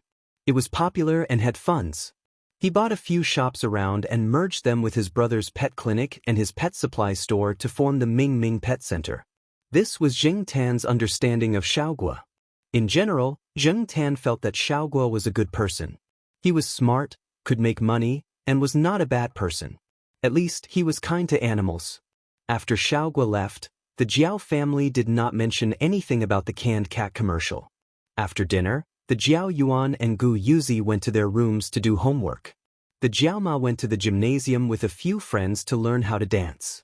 Zheng Tan entered the master bedroom. After entering, she pushed the door shut, jumped up, and turned the lock, locking the door. In the bedroom, the Jiao Pa was already sitting at the desk, waiting.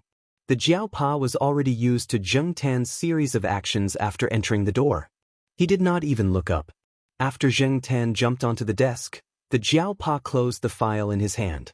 Today, Xiaogui came over and talked about the canned cat commercial. I did not immediately agree. I still want to see what you think, the Jiaopa said as he handed a file to Zheng Tan. The document was about the canned cat food advertisement that Xiaogui mentioned today, as well as the Jiaopa's analysis of the future situation and benefits based on Xiaogui's words. Zheng Tan took a look at it. It was a kind of canned cat food produced by Xiaogui's family. Many cat owners in the school bought this kind of canned cat food. It was cheap and convenient. Most importantly, it could withstand the quality inspection. Xiaogui had originally planned to promote the canned cat food, but the SARS outbreak had ruined the original plan. Now that it had recovered and was ready to restart the plan, the establishment of the pet center in the store made Xiaogui very tight on cash. Therefore, he was even more eager to make use of the canned cat food to make a fortune. Although there were very few pet food advertisements on TV in China, Zheng Tan knew that there was a demand for pet food after he came here, and there were a lot of potential customers. With the development of the economy, the pace of life in the city was getting faster and faster. People did not even have time to take care of themselves. Even if they wanted to raise a cat, they had to think about how to raise it. Zheng Tan did not think of himself as an economic genius. He used to be, and he still was, but he believed that if this was done well, he could make a fortune out of it. Zheng Tan did not eat cat food. He ate the same food as the Jiao family.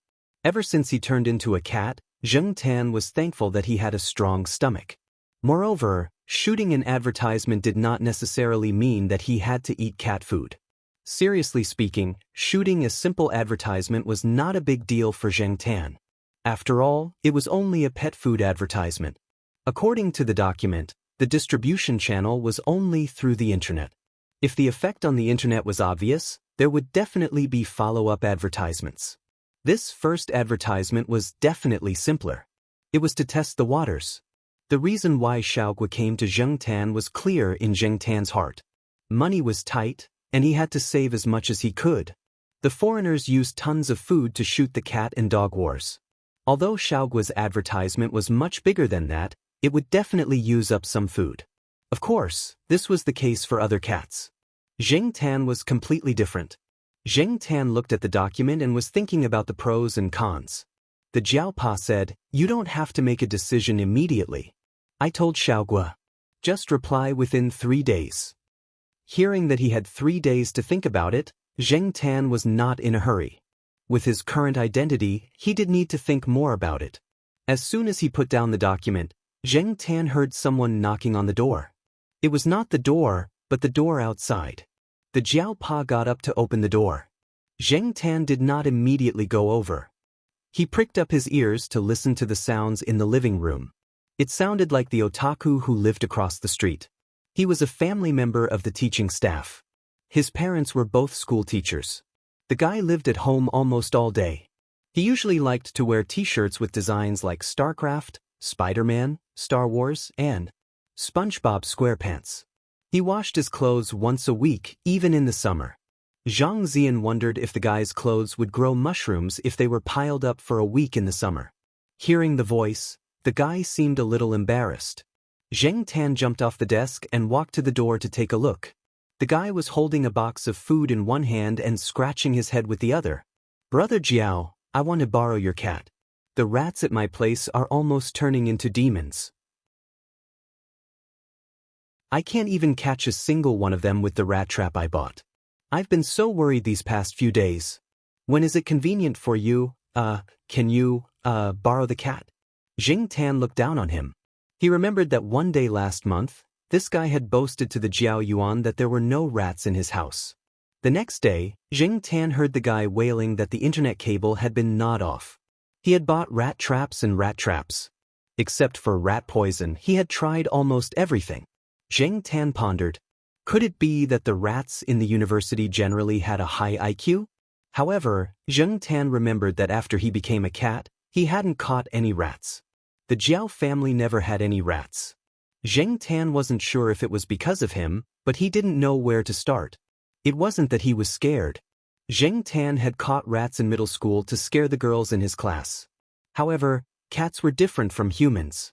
Zheng Tan looked down at his cat paws. He was very annoyed. The Jiaopa had finished talking to the guy. He closed the door and walked back to his room. He waved at Zheng Tan. Do you know how to catch rats? Zheng Tan was silent and didn't move. After a while, Zheng Tan heard the Jiaopa say, let's go and try. Try? Try where? Zheng Tan was puzzled. The Jiaopa took the keys and a plastic bag. He told the Jiao Yuan that he was leaving and asked Zheng Tan to go out. Zheng Tan sat in the Jiaopa's electric scooter and left the main house. Looking at the familiar road, Zheng Tan roughly knew where he was going. However, Zheng Tan wasn't sure how he was going to try it out. He was stronger than the average cat. Zheng Tan felt that he could be stronger. After a year and a half, he might be able to reach the strength of an adult. However, being strong didn't mean that he could catch rats. Zheng Tan didn't like cats very much. He didn't know how normal cats caught rats, so he didn't pay much attention to it. While he was thinking, the electric scooter arrived at its destination, Tsinghua University's School of Life Sciences. As an associate professor of Tsinghua University's School of Life Sciences, the Jiaopa spent most of his time here except for eating at home. After parking the scooter, the Jiaopa shook the plastic bag in his hand. Zheng Tan curled his lips and jumped in. The School of Life Sciences wasn't a place where a cat could walk around freely. It would be bad if it was seen. Then, Associate Professor Jiao walked in through the front door of the School of Life Sciences with the plastic bag in his hand. He even calmly greeted the people coming in and out of the building. When he walked to the stairs, there weren't many people. Most people were used to taking the elevator. Zheng Tan poked his head out of the bag and looked outside. At 7 o'clock in the evening, there were still many people in the School of Life Sciences. All the lights in the laboratories were on. Zheng Tan could see the UV sterilization lights in the sterile room across the street through the window at the stairs. When the Jiao Yuan brought him in for the first time, Zheng Tan was very nervous. After a few times, Zheng Tan calmed down. Zheng Tan felt lucky that his adoptive family wasn't a Frankenstein monster. The Jiaopa's office was on the second floor. It was an independent office. Jiaopa was one of the few associate professors in Tsinghua University's School of Life Sciences to have an independent office. When Jiaoma was too busy, the Jiao Yuan and the others would come here to do homework or take a nap. Sometimes, Zheng Tan would come with them. But every time he would sneak in. If he wasn't hiding in his bag, he would be wrapped in his clothes and brought in. The Jiaopa went into his office and took a bunch of keys. Then, he carried Zheng Tan up the stairs to the 4th floor. There weren't many people in the corner of the 4th floor. Zheng Tan had never been here before. The Jiaopa's footsteps were particularly clear in the quiet corridor. The voice-activated lights in the corridor lit up, and Zheng Tan saw the door signs of the surrounding rooms. No wonder there weren't many people here. This place was basically filled with medical supplies. But Zheng Tan's nose twitched. He smelled the scent of a creature. The Jiaopa stopped at the room closest to the wall and opened the door with the key. The door creaked as soon as it opened. Even though the lighting was dim, Zheng Tan could see the layout of the room clearly. There were a few empty cages to the side. The cages used to feed the white mice were placed in the inner room. There was a small lab table and shelves near the door. The Jiaopa turned on the lights and placed the bag on the lab table. He said to Zheng Tan, "Wait here for a while. Don't go anywhere. Don't touch anything in the lab. There are a lot of drugs."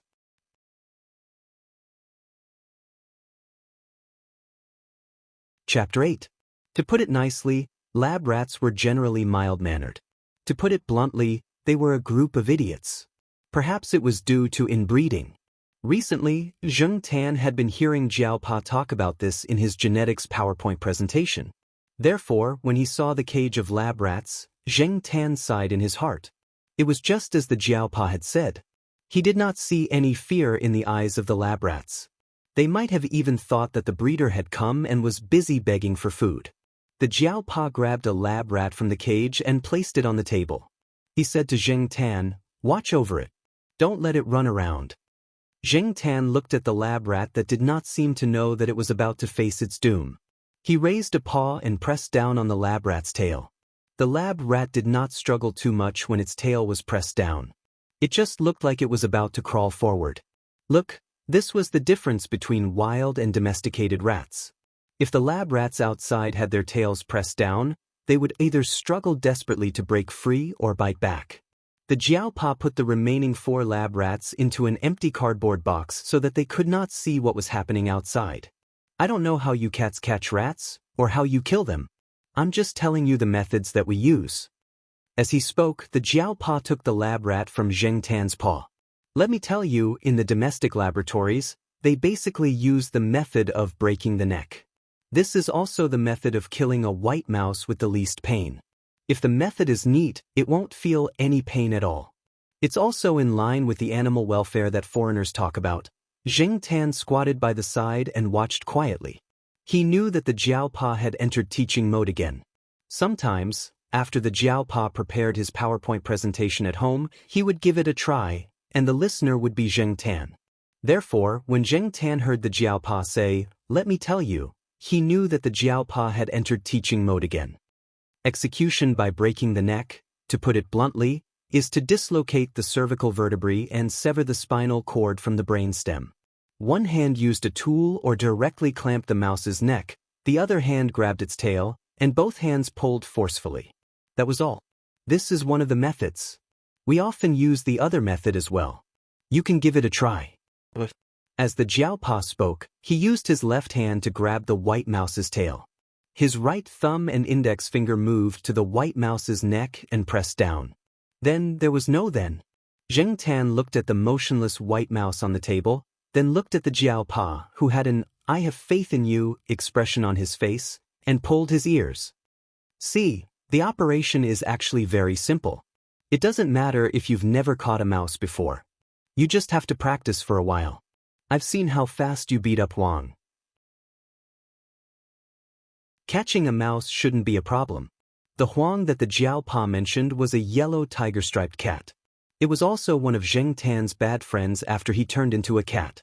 Unlike Sheriff, Huang always did things that made people not know whether to laugh or cry.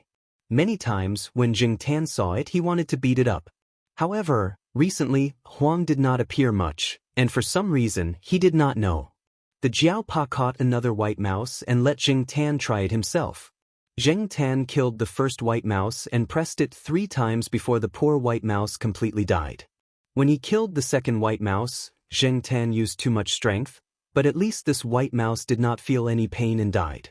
Zheng Tan felt more and more lucky that he turned into a cat and not a mouse.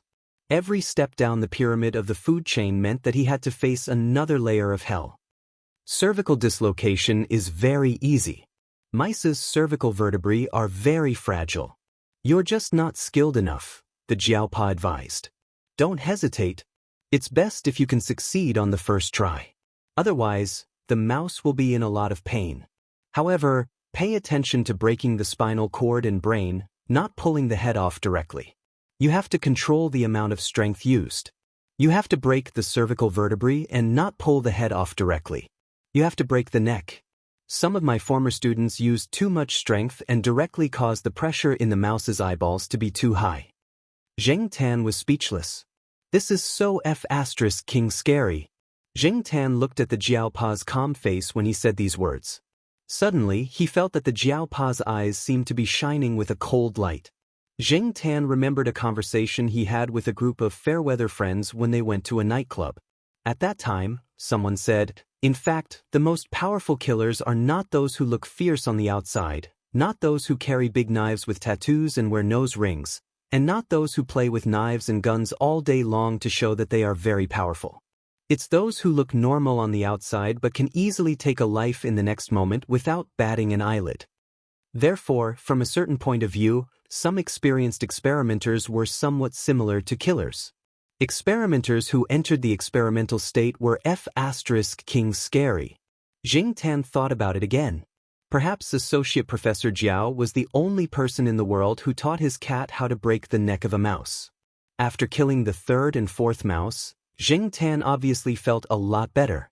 At least these 2 mice had a more dignified death compared to the previous 2 mice. Of the 5 mice, the Jiaopa demonstrated by killing 1 mouse, and the other 4 were killed by Zheng Tan. After cleaning up the 5 dead mice, the Jiaopa turned around and went into the back room. Not long after, he came out with a bigger cage. There were still 5 mice inside, but they were much bigger in size. These are rats. The rats used in the laboratory are albino variants of the Norvegicus norvegicus.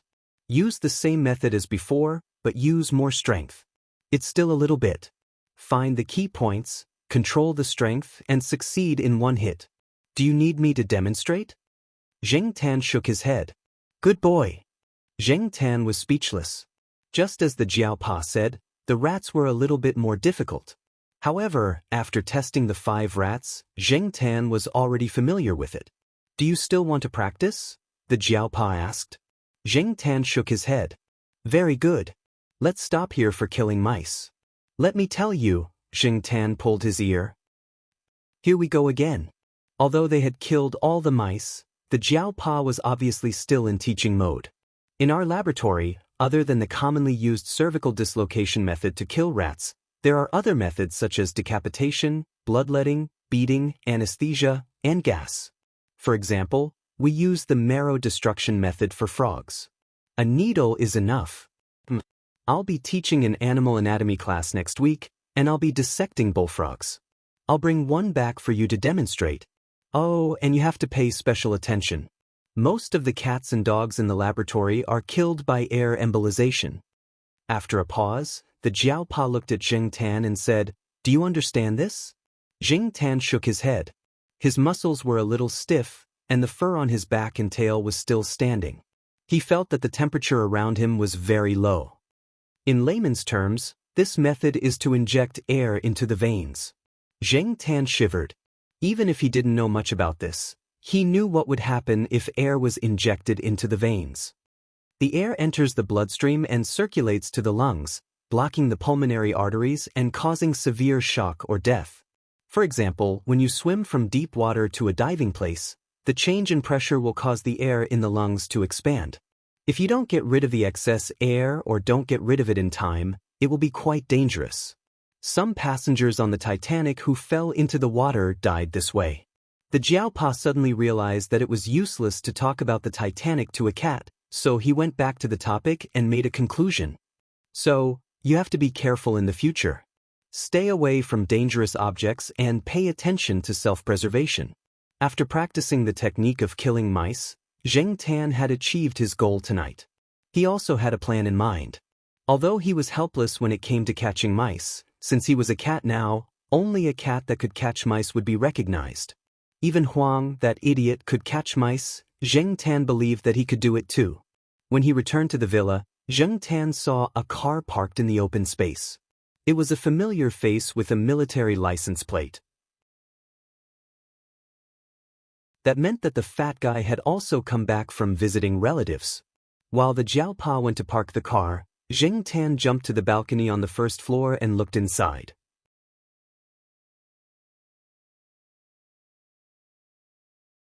Chapter 9.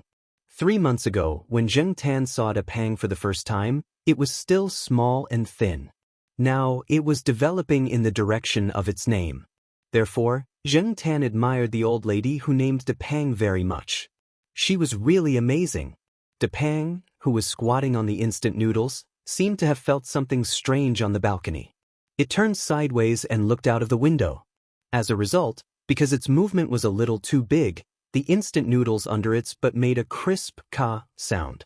Hearing this sound, Depang immediately froze. Then, it drooped its ears and slowly turned back. It no longer looked at the balcony. Its back was very sad. Zheng Tan twitched the corner of his mouth. It seemed that he felt a little guilty. Well, it seemed that Depang's supper tonight would have to be reduced again. The old lady who fed Depang had a son who worked in the provincial military. Every month, the old lady would stay with the old lady for a week or two. Depang would follow her.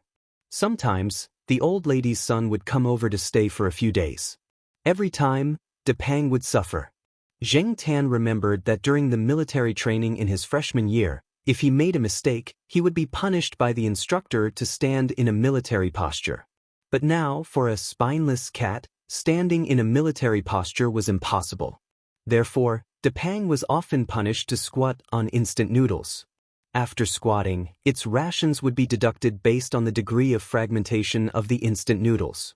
On the other side, the Jiao Pa had already parked the car. Zheng Tan turned around and jumped off the balcony railing. He followed the Jiao Pa into the building to go home. When he entered the house, the Jiao Ma was already back.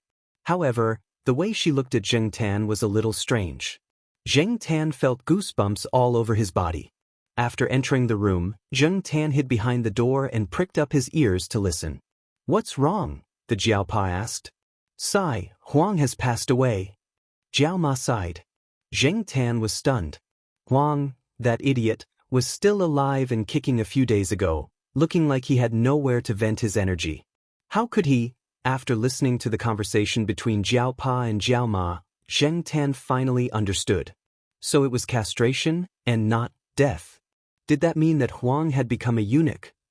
I heard from Sister Ling that this can help Huang get rid of some of his bad habits. Coincidentally, Huang is also 8 months old, so he can undergo surgery. Today, Sister Ling also asked me if I should send our black charcoal to Shaoguo for surgery, but I refused, Jiao Ma said. Behind the door, Zheng Tan felt cold sweat dripping down his back. But when he heard the last sentence, he felt relieved. Our cat doesn't need it. Jiao Pa decided. Everyone's cat is different. Her cat is suitable, but ours might not be. In the future, when Sister Ling tries to persuade you, you can just refuse. Yeah, I think so too. Jiao Ma, who had received support, smiled again. Zheng Tan, who was squatting behind the door, also let out a long sigh of relief. If he really was sent for surgery, he would rather run away and run far away than have surgery done to his family jewels. Zheng Tan silently mourned for that idiot Huang in his heart. In the past, he had heard that Huang liked to pee everywhere. At home, even if he was placed in a cat litter box, he would still pee all over it. Therefore, Huang's litter box at home had 2 layers. The outer layer was the key. As for Huang, it was even more delighted when it arrived. Many places in the Dongfang family compound could smell its urine. Zheng Tan had whipped it many times for this, but it was obvious that it was the type that would not change no matter how hard he tried. Since Huang's life wasn't in danger, Zheng Tan didn't have to worry anymore. Since he knew that he had become like this, Zheng Tan had been telling himself to try his best to adapt. The next day, the otaku came knocking on the Jiao family's door with dark circles under his eyes. It was Saturday and the Jiao Yuan and the others were at home eating breakfast. "Yoshatu so early?" Jiao Ma was a little surprised. "So early? It was already past 9 o'clock, wasn't it?" Gu Yuzi looked at the bright sunshine outside, and then looked at the Jiao Yuan. The two continued to silently struggle with the egg noodles in their bowls. However, for Xiao Chu, who usually slept late and woke up late, it was indeed very early.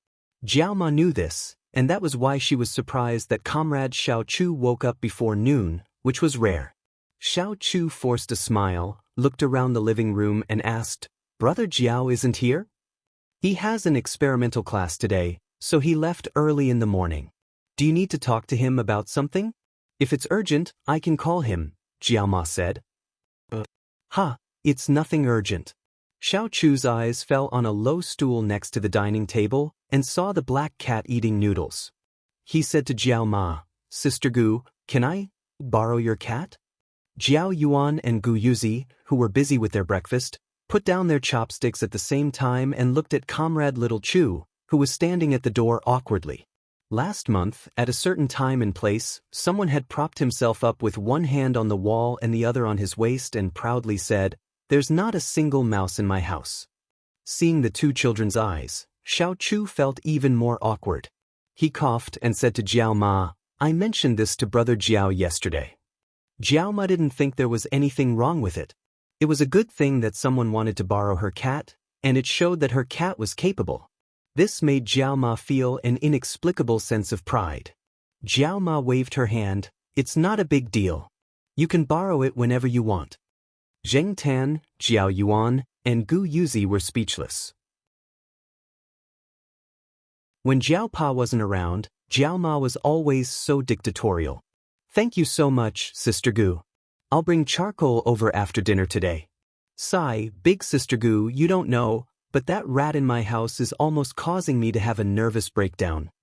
After getting permission, Comrade Little Chu instantly swept away his dispirited mood and went back to his room with satisfaction. Jiao Ma smiled like a morning glory. "That's the good thing about having a cat." Jiao Yuan lowered his head and poked the small porcelain bowl in front of him with his chopsticks. He tried to imitate Xiao Chu's words. "There's not a single mouse in my house." Jiao Ma knocked on Jiao Yuan's head. "Eat your noodles." Gu Yuzi pursed her lips, looking very unhappy. At around 8 o'clock in the evening, Xiao Chu came over to borrow the cat. Without Jiao Ma saying anything, Zheng Tan walked over to the opposite side. He had to solve this problem sooner or later.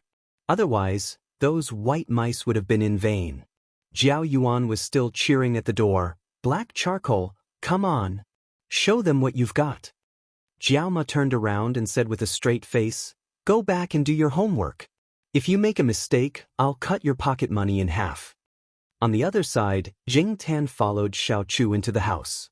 After entering the house, Zheng Tan felt a sense of familiarity at first glance. It was so King Messi. It was just like himself in the past. The second time, he saw a familiar creature. Zheng Tan saw 3 cockroaches as soon as she entered the room. One had just crawled into the bathroom, one had crawled out from under the cupboard, and it crawled back into the cupboard when it sensed the presence of someone. The third cockroach, which was the closest to Zheng Tan, paused when it saw her.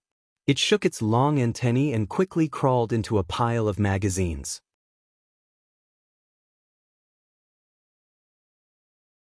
Chapter 10.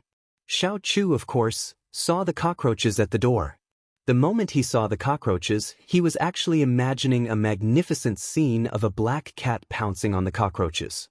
Unfortunately, the black cat in front of him only calmly glanced at it, then jumped onto a relatively clean chair and lay down with its eyes closed to rest. It didn't even look at the still warm taro ribs and sweet and sour pork on the dining table next to it. Xiao Chu suddenly felt like he was choking. He then looked at Zheng Tan, who was lying on the chair with his eyes closed and didn't seem like he was going to move at all. He then looked at the food without a table cover. After thinking about it, he decided to ignore it. He turned off the lights in the living room and moved his feet into the room. After sitting down, Xiao Chu opened a community forum and found a post that was posted a few days ago. He replied to a comment, "Nonsense, my rats don't eat cockroaches, and the cats I found also ignore cockroaches when they see them." After discovering that there were rats at home and that the rat trap at home didn't work, Xiao Chu's first thought was to post on the internet for help. Buying rat traps and rat traps was a suggestion from a netizen. Under the post, there was a netizen who summarized the reason why rats became smart. Animals that experienced SARS had their IQ and vitality greatly improved. Those that didn't have IQ and vitality were all killed by humans during SARS.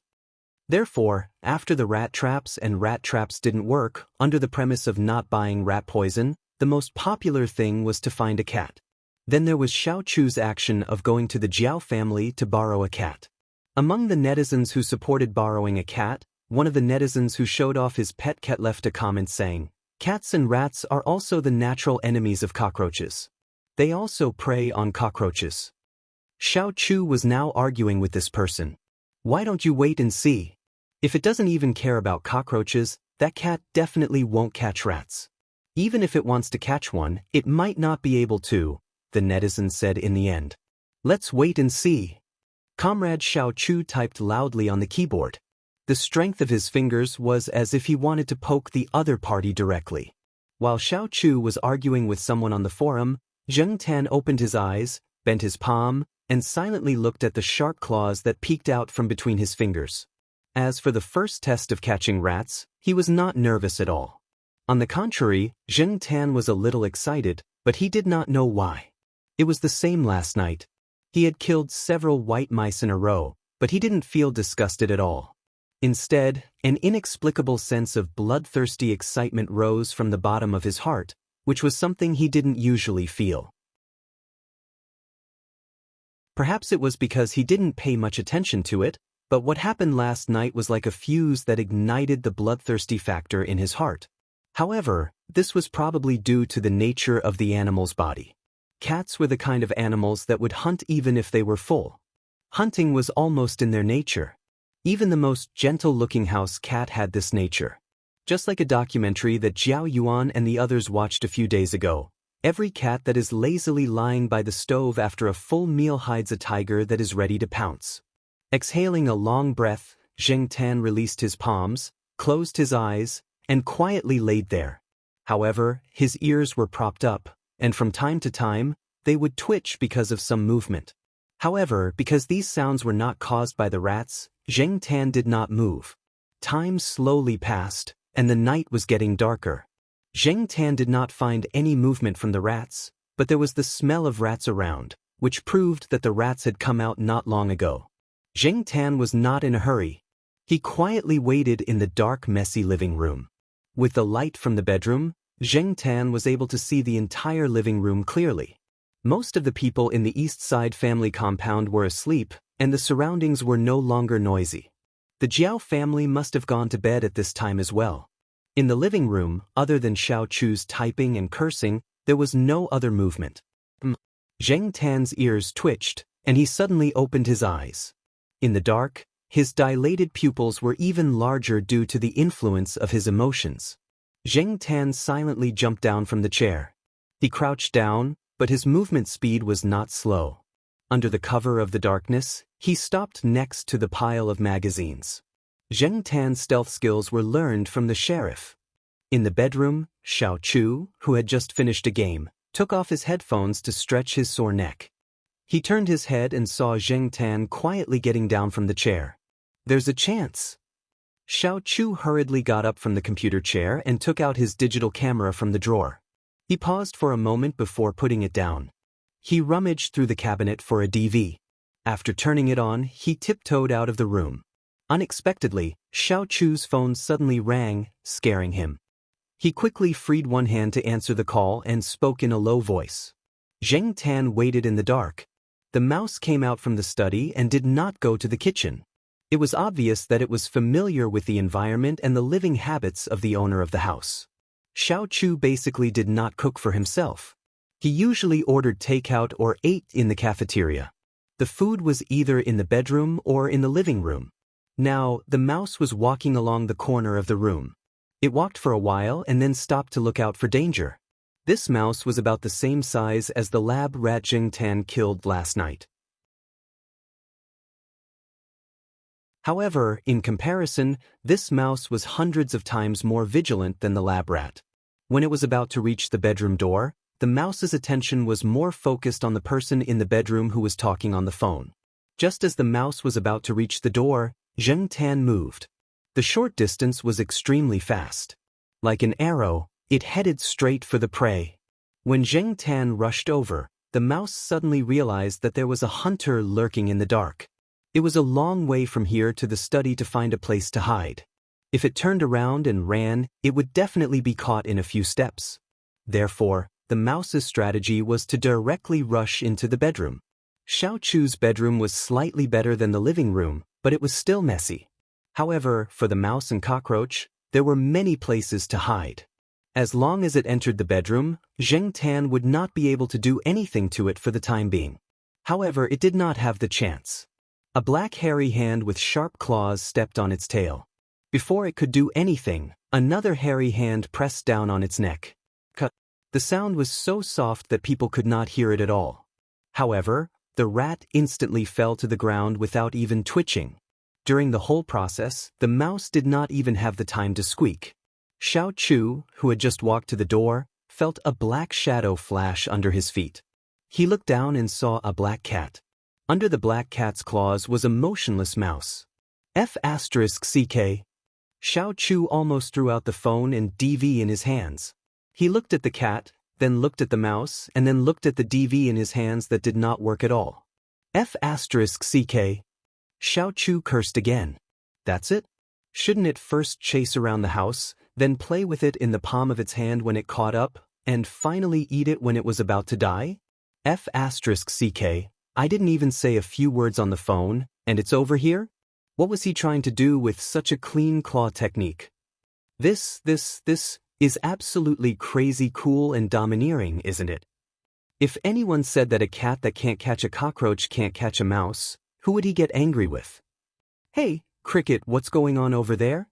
The person on the other end of the phone felt that something was wrong with Xiao Chu and asked, Hey, F***CKU. Xiao Chu hung up the phone directly and turned on the living room light so that he could see more clearly. Xiao Chu took down the 2 chopsticks stuck in the unfinished lunchbox and poked the mouse. It did not move. Is it really dead? As if feeling that the chopsticks were not suitable for his hands, Xiao Chu threw them away and ran to the kitchen to get the fire tongs that he had not used since he moved in. He held the mouse and swung it around, as if to make sure that the mouse was really dead. He then used a digital camera to take photos from all angles, and then immediately returned to the computer.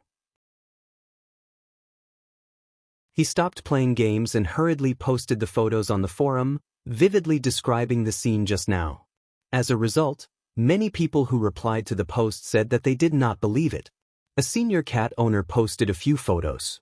In the photos, some of the mice were bitten full of holes, and some were only left with incomplete limbs and tails, without a torso. Xiao Chu turned his head to look at the black cat in the living room that was stretching, but did not want to look at its prey at all, and continued to argue with the people in the forum. At this time, the phone rang again. Xiao Chu held the phone with his shoulder, and at the same time, typed quickly on the keyboard. Zheng Tan walked around the house and did not find the smell of other mice, so he did not wait there quietly.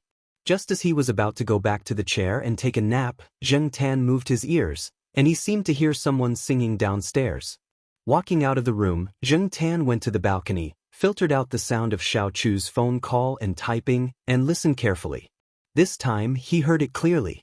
Last night's stars have fallen and disappeared into the distant Milky Way Yingten. The voice that was deliberately lowered but could not hide its special characteristics, the vibrato that was sung in order to express the emotions of the song, and the tune that was older than Zheng Tan.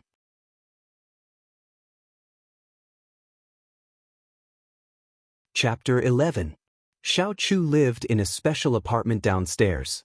Its uniqueness lay in the owner's pet, a rare species of blue-purple macaw. The bird was called General, and it was a tall, rich, and handsome parrot. This guy's value was comparable to a 100 square meter house in the center of Chuhua City, and its value was still rising. It had a high IQ, was proficient in many languages, and had an eye-catching appearance. Coupled with the principle that rare things were valuable, it would be strange if this B***-starred bird's value was not high. Unlike most of the balconies in the apartment building, the balconies of the apartment on the 4th floor were all surrounded by thick barbed wire, mainly to prevent the bird from flying out. They were not afraid that it would fly away, but they were afraid that it would bully people and animals. This guy looked normal, but in fact it was full of evil tricks. General had a nickname, the Cat's Worry. This guy especially liked to bully cats, and especially liked to bite their ears. It was said that several cats in the school had been bitten before. This was what Zheng Tan had heard from the Jiaopa when he first came to this place. The Jiaopa had warned Zheng Tan so that Zheng Tan would be more vigilant against fire, theft, and parrots. Looking at this guy's size and thinking about the strength of the macaw's bite, one could imagine how destructive it could be when it was angry. However, after familiarizing himself with it, Zheng Tan knew that this bird actually bullied cats depending on who they were dealing with. The cats in the eastern residential area were fine. As long as they did not provoke it, it would not take the initiative to attack them. However, if it saw the cats in the western residential area, then sorry. Perhaps because of its owner's influence, this bird especially liked to sing nostalgic songs. Some songs Zheng Tan had only heard in nostalgic documentaries, and some songs he had no impression of at all. However, listening to the tune, he knew that it was from a certain era. For example, the song Zheng Tan had just heard could be traced back to the 1980s, which was still good. What surprised Zheng Tan the most was this bird's ability. If the average parrot's IQ was close to 4 or 5 years old, then the one downstairs was probably comparable to an adult, and it was a genius. Why did he say that? The birds downstairs were still singing in a low voice. Zheng Tan could not help but look up at the starry sky helplessly and let out a long sigh. Then he scanned the balcony and found a metal mosquito coil. He pushed it to the railing, stretched out his claws, and gently tapped it. Dang dang, dang dang, dang dang dang dang, the singing downstairs stopped abruptly. The next moment, Zheng Tan heard the sound of flapping wings and the clanging of toes hitting the barbed wire. Apparently, the bird did not expect to hear such a sound at this time, so it was very excited and ran to the barbed wire. Not long after, a pecking sound came from downstairs. It sounded like the bird was pecking at some food packaging. Beep beep, beep beep, beep beep beep beep beep. You're here? No one would have thought that in the middle of the night, a cat on the 5th floor of Block B of the East Family compound of Tsinghua University was communicating with a parrot on the 4th floor using Morse code. In fact, Zheng Tan was not proficient in Morse code. He had just learned it not long ago. The only one who could use it proficiently was Depang, the seemingly insignificant dragonly cat. Every time Depang went to visit relatives in the military region, or when the relatives in the military region came to visit the old lady, they would examine the use of cryptography, such as Morse code communication, simple fence code card games, and so on. If Depang's test results were not satisfactory, it would be better off squatting on instant noodles. This parrot was a loyal fan of cryptography. When Depang was at home, it would go to Depang with cards in its mouth to play fence code games. If it could not find Depang, it would go to Zheng Tan or its owner to play Morse code communication games. However, its owner was usually busy and did not have much time to play with it, so Zheng Tan was often affected by disasters. Last week, General was taken to a nature reserve in another province to play. Zheng Tan was very relaxed for a few days. Now that he found out that this guy was back, Zheng Tan suddenly felt depressed. I heard that Huang was castrated? Today, I saw that it was wearing an Elizabethan collar. General was still in the excitement of finding someone to chat with in the middle of the night, and had no sympathy for Huang. I haven't seen it for a few days. Zheng Tan continued to knock on the mosquito coil plate. Alas, this is the fate of pet cats. It's really pitiful. In the future, the 4 swordsmen of the Eastern District will probably become the 4 eunuchs of the Eastern District. Not every pet cat would go through that surgery. Don't deceive yourself. F***ck off, I don't want to talk to you. Don't go, let's talk. Aren't cats nocturnal animals? It's none of your business. I'm going to sleep. Oh right, can't you sing something more fashionable? Half a minute later, there was a low singing voice downstairs again. You're like that's fires. The burning flame warms me, Zheng Tan. I want to pinch it to death. Ignoring the overly energetic bird, Zheng Tan went back to the chair in the living room, covered its ears with its front paws, and closed its eyes to sleep. Early the next morning, Xiao Chu was woken up by Zheng Tan's loud cat howl.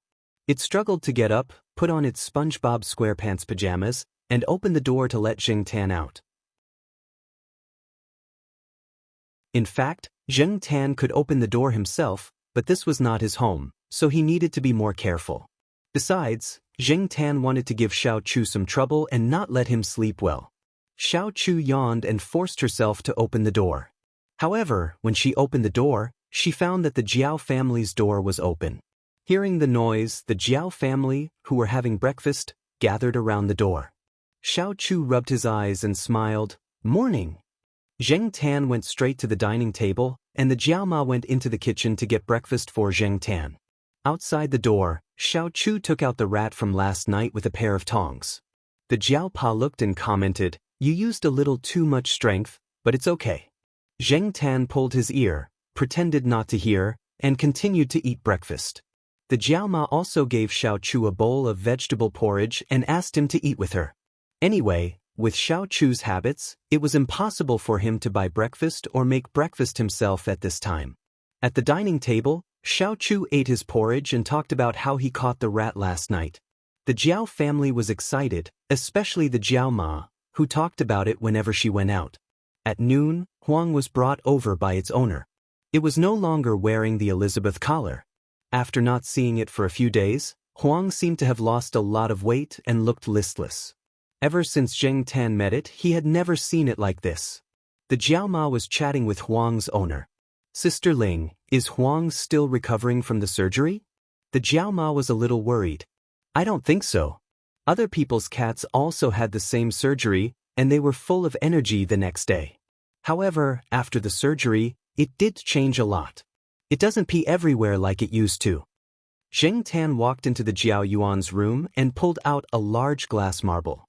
Hearing the sound of the glass marble rolling, Huang's ears twitched, and it looked over. Zheng Tan thought that it would become dumb after the surgery. It was good that it was able to respond. He bent his foot and pulled the glass marble towards where Huang was lying. Huang, who was lying there listlessly, stretched out its paw and hooked the glass marble. 5 minutes later, Zheng Tan looked at the energetic Huang playing with the glass marble in the living room and sighed. What the F***ck? It wasn't shocked, it was bored at home. In the end, under the Jiaoma's suggestion, Huang was allowed to go out for a walk.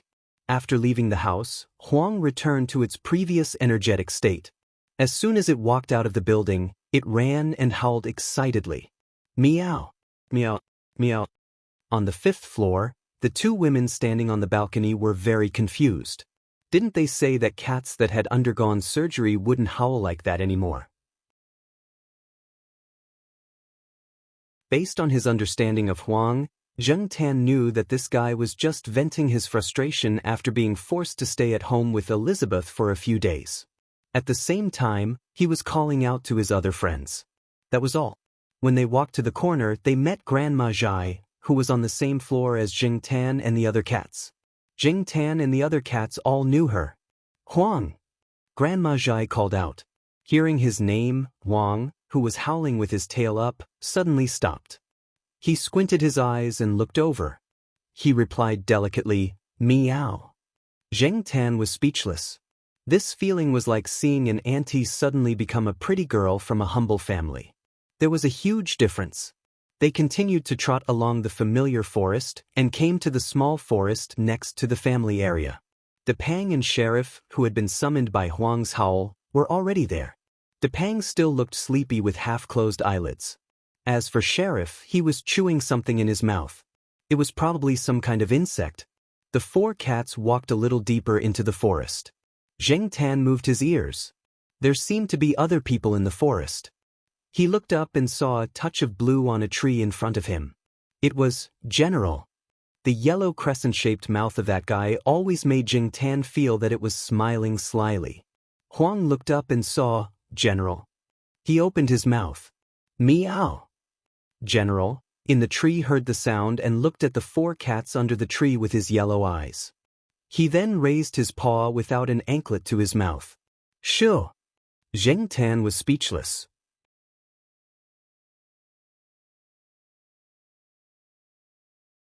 Chapter 12.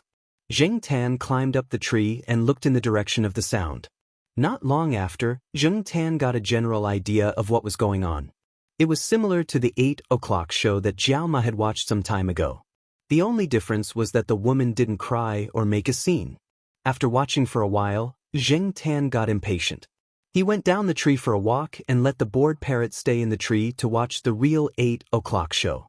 At least it wouldn't disturb Zheng Tan. Zheng Tan hoped that the 8 o'clock show would be released for a whole day or continuously. This idea was very immoral, but what was a moral thing? That thing had been kicked in the corner for as long as Zheng Tan could remember. Occasionally, he would pick it up and look at it. When it wasn't related to his own interests, that thing would stay in the corner and mold. Zheng Tan wouldn't even look at it. Under the tree, Fatty was the only one lying there in a peasant's posture. His eyes were closed as if he was about to fall asleep. As for the Sheriff and a Huang, they probably couldn't stay idle and went to find a place to play. In this area, there were only a few places that the cats often went to, so Zheng Tan didn't have to worry about not being able to find the 2 cats. Even if he couldn't find them, they would answer if he called them. They wouldn't run far.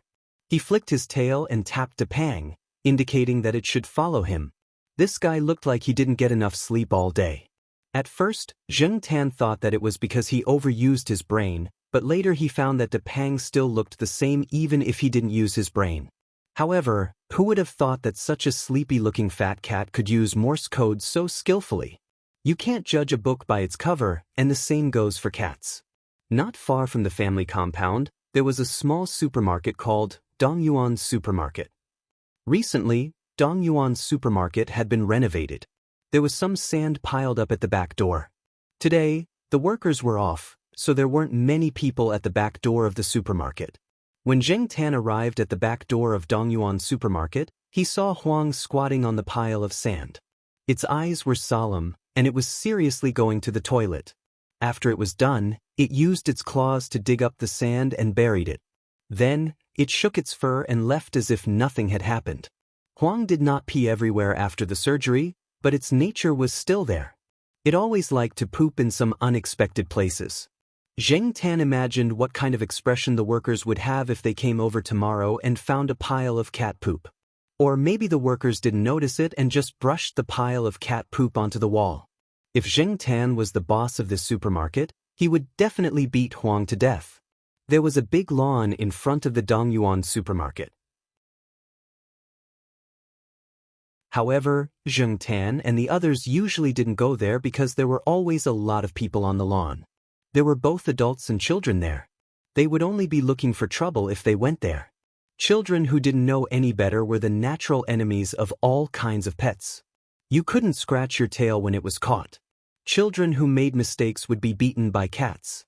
Therefore, when Zheng Tan and the others came over, they would play in the small forest between the Dongyuan supermarket and the big lawn.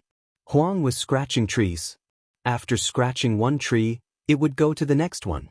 The sheriff was looking for food, looking for some small insects to snack on. As for Depang, it curled up its forelegs and lay in the grass like a farmer. It didn't seem to be interested in what was happening around it. Zheng Tan looked around and didn't see anyone approaching. He jumped onto a stone table in the forest and squatted down to rest in the area where the sun shone. There was a faint scent of osmanthus in the wind. The hustle and bustle of the lawn didn't affect the small forest area. Occasionally, there would be the sound of the two cats flapping their wings and grinding their claws. The warm sunlight made Zheng Tan a little sleepy. Suddenly, there was a strange sound from the grass not far away. It sounded like a bird chirping, but it was different from a bird chirping. Zheng Tan had stayed in this area for so long, but he had never heard such a sound.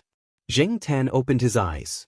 In the place where the sound came from, Huang was raising one of its forelegs and twisting its neck left and right, as if it was considering where to start. The sheriff on the other side heard the sound and ran in that direction. The next moment, a furry ball ran out from there. A guinea pig? In the words of the locals, it was also called a Dutch pig. However, this one was a little different from a normal guinea pig. Its fur was longer, and there was a tuft of white hair on its head that fell forward like bangs, almost covering its eyes. Perhaps it was due to regular exercise, but this guinea pig was not as slow as the fat guinea pigs that Zheng Tan had seen in cages all day. Its running speed was much faster than before. However, even if it was faster than other guinea pigs, it still couldn't escape from the claws of the two energetic cats. The sheriff and Huang blocked the guinea pig in the middle. As long as the guinea pig tried to run out, they would use their claws to force it back to its original position. Zheng Tan thought about it and stopped the sheriff and Huang just as they were about to eat it. The guinea pigs in the school were all raised as pets. They weren't lab rats, so you couldn't play with them and eat them however you wanted. Moreover, this breed was a little special. Zheng Tan had just observed the guinea pig's fur. It was very clean and had probably been carefully combed. The breeder valued this guinea pig very much.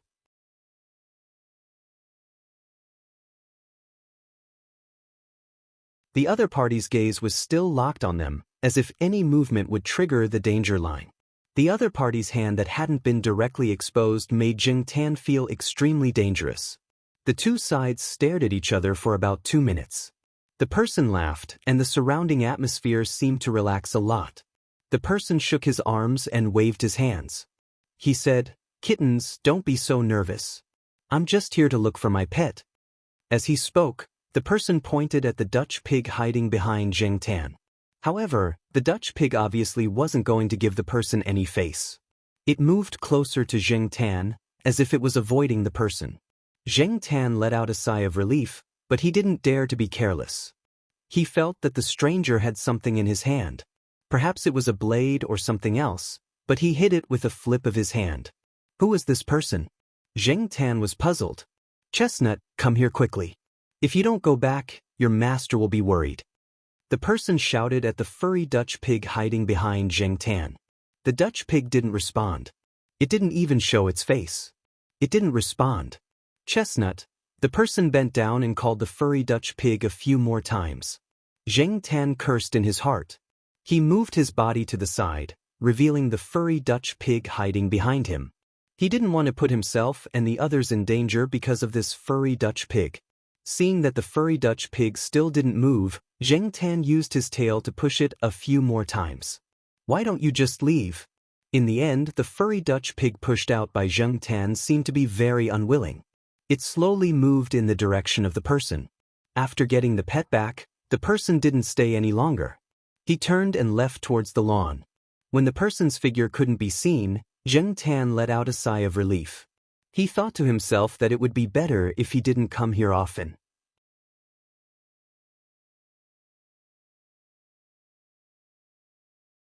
Chapter 13. Because of the stranger's incident, Huang and the sheriff stayed at home for a few days. Fatty was still the same as before. He wouldn't come out unless he was called. As for Zheng Tan, he promised Xiaoguo to shoot a cat food commercial.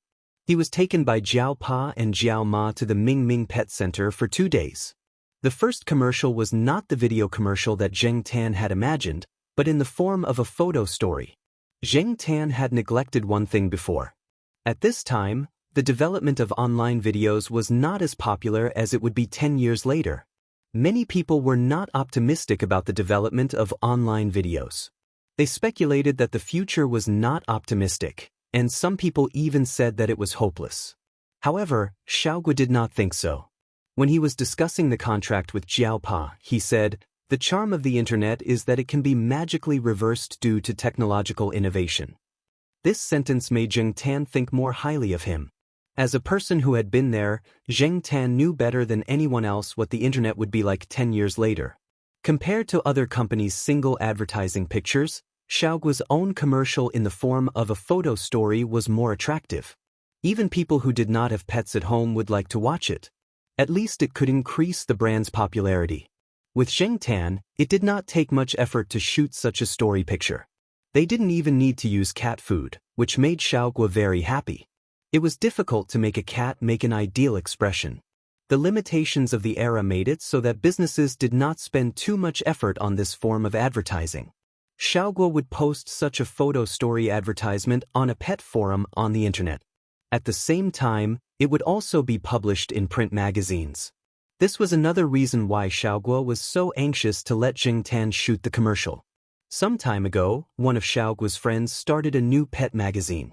It was published once a month, and Xiaoguo was happy to take this free ride. In fact, before Zheng Tan came to the pet center, Xiaoguo had tried to shoot other cats. Some of them were expensive breeds, but the shooting process and effect were it made his stomach hurt. However, after Zheng Tan came, the shooting went smoothly. Every movement and every look did not require much talking. Therefore, Xiaoguo's stomach did not hurt anymore. He also saved cat food. He quickly asked Jiao Pa to sign the contract. Because Pet Magazine was a monthly magazine, Zheng Tan only needed to shoot it once a month. For Zheng Tan, shooting the commercial was not a big deal. In addition to making some extra money, Zheng Tan also had a playful attitude. The funniest thing was that at the end of the story picture, there was a small line of words, "Actor, Black Sea." It was Xiaoguo's habit to label the pet's name. The Black Sea was Jiao Pa's idea. It did not directly use Zheng Tan's real cat name, which was also a kind of protection for Zheng Tan. As for the Black Sea, Xiaoguo also asked why. Jiao Pa's explanation was that black was black, and sea represented carbon in the periodic table of elements. So, for the first time shooting a cat food commercial, Xiaoguo transferred 1,000 yuan to his card. Jiao Ma said it was much more than expected. 1,000 yuan was really nothing for Zheng Tan in the past, but now it was a rare reward. Jiao Pa also made a bank card for Zheng Tan. It was specially used for Zheng Tan to deposit advertising fees. In fact, it was not only Zheng Tan. Jiao Yuan and Gu Yuzi also had their own bank cards. They would deposit their New Year's money, exam rewards, and pocket money. But now the cards were in Jiao Pa's hands to prevent them from misusing them. This was Jiao Pa's unique way of teaching. But what puzzled Jing Tan was why Jiao Pa would use this method on a cat. Sometimes Jing Tan did not understand what Associate Professor Jiao was thinking. But no matter what, after 3 months of working together, Jing Tan had a certain understanding of Jiao Pa. At least he was sure that Jiao Pa would not harm him. He did not know if it was because scientific researchers were particularly receptive to unusual things.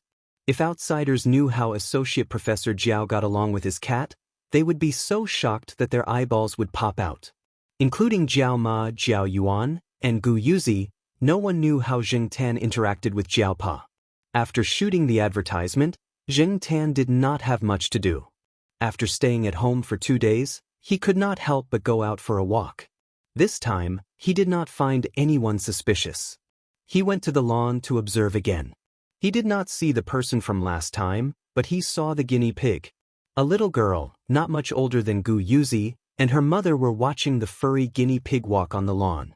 Jing Tan decided to stay away from the mother and daughter in the future to avoid provoking that person again. One day, Jing Tan came back from his walk. Before he entered the house, he sensed an unfamiliar presence.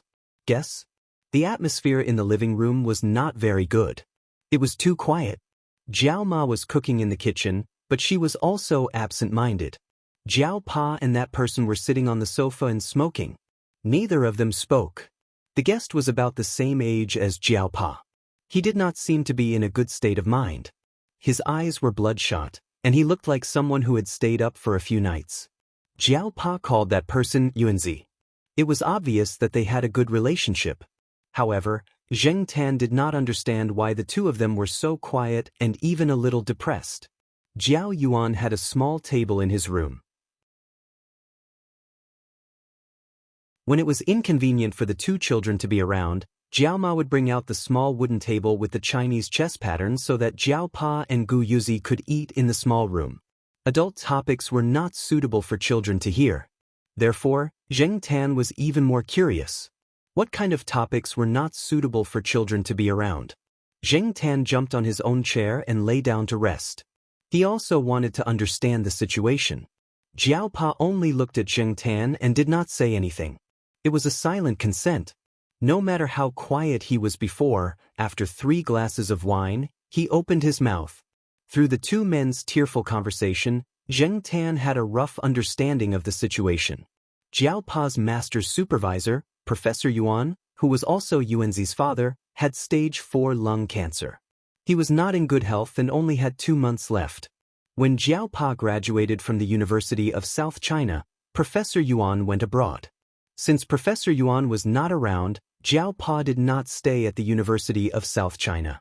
Instead, he returned to his hometown Jinghan Province to teach in Chuhua. The University of South China was the leader of the universities along the southern coast of China. It had the same status as Chuhua University in central China. Jiao Ma and Jiao Pa had a good relationship with Yuanzi when they were at the University of South China. Naturally, Yuanzi also had a good relationship with Professor Yuan. When they heard about Professor Yuan's death, both of them were very sad. Yuanzi did not inherit his father's legacy. He did not have the heart to do research. In other words, he did not have the heart to do research. Just like Jing Tan, he was a prodigal. Jing Tan did not know what Yuanzi had experienced after graduation. He also did not know how much Yuanzi had suffered because of his father's illness. Based on the conversation between the two, Yuanzi had changed a lot. Just like what Jiao Pa had said, a prodigal son has turned over a new leaf. It was said that a prodigal son who turned over a new leaf was more precious than gold. However, most of the time, a prodigal son would rather stay a prodigal son forever. This was because the price of turning over a new leaf was huge. He would rather not turn back in exchange for that price. So, if Fei Hang did not inform me that you came to Chuhua, you would have continued to carry on by yourself? You were going to hide it from everyone for the rest of your life. Jiao Pa's eyes were red. His voice was not loud, but it was trembling. It was obvious that he could no longer control his emotions.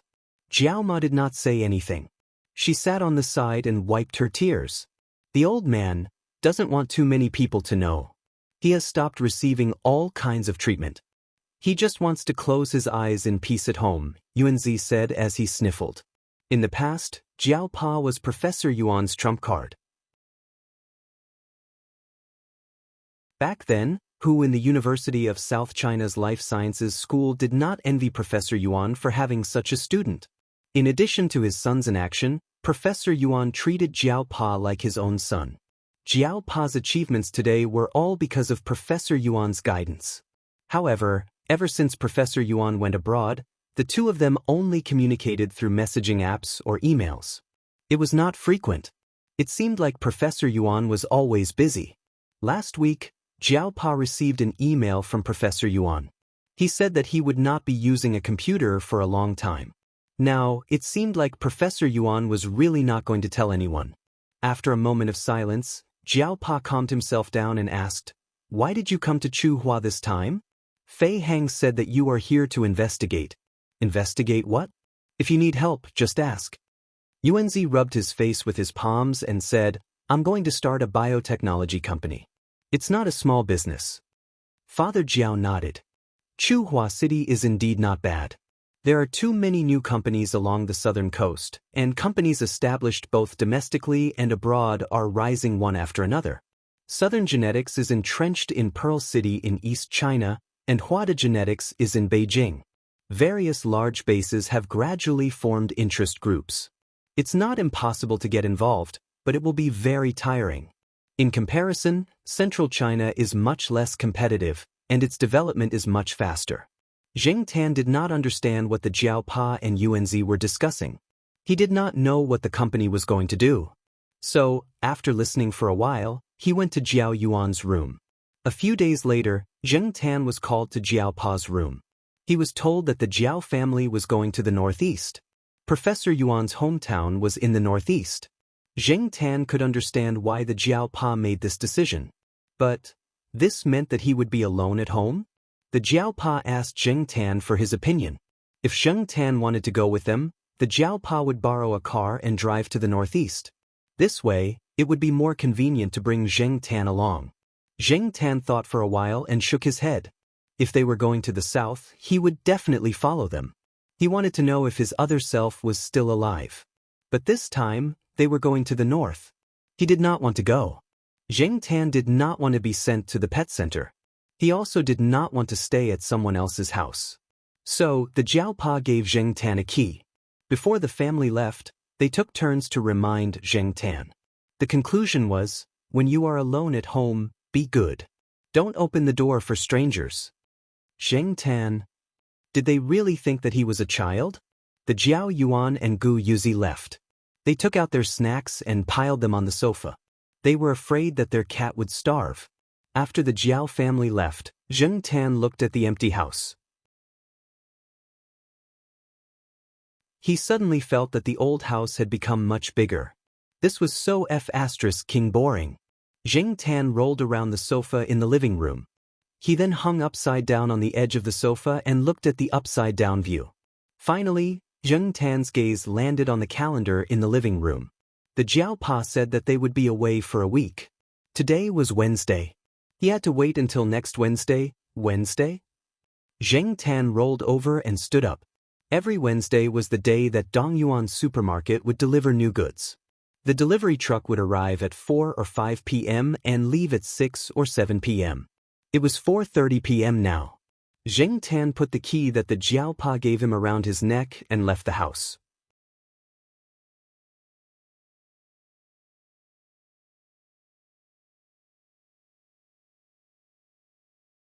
They were sold for more than 100 renminbi in the supermarket near the central department store.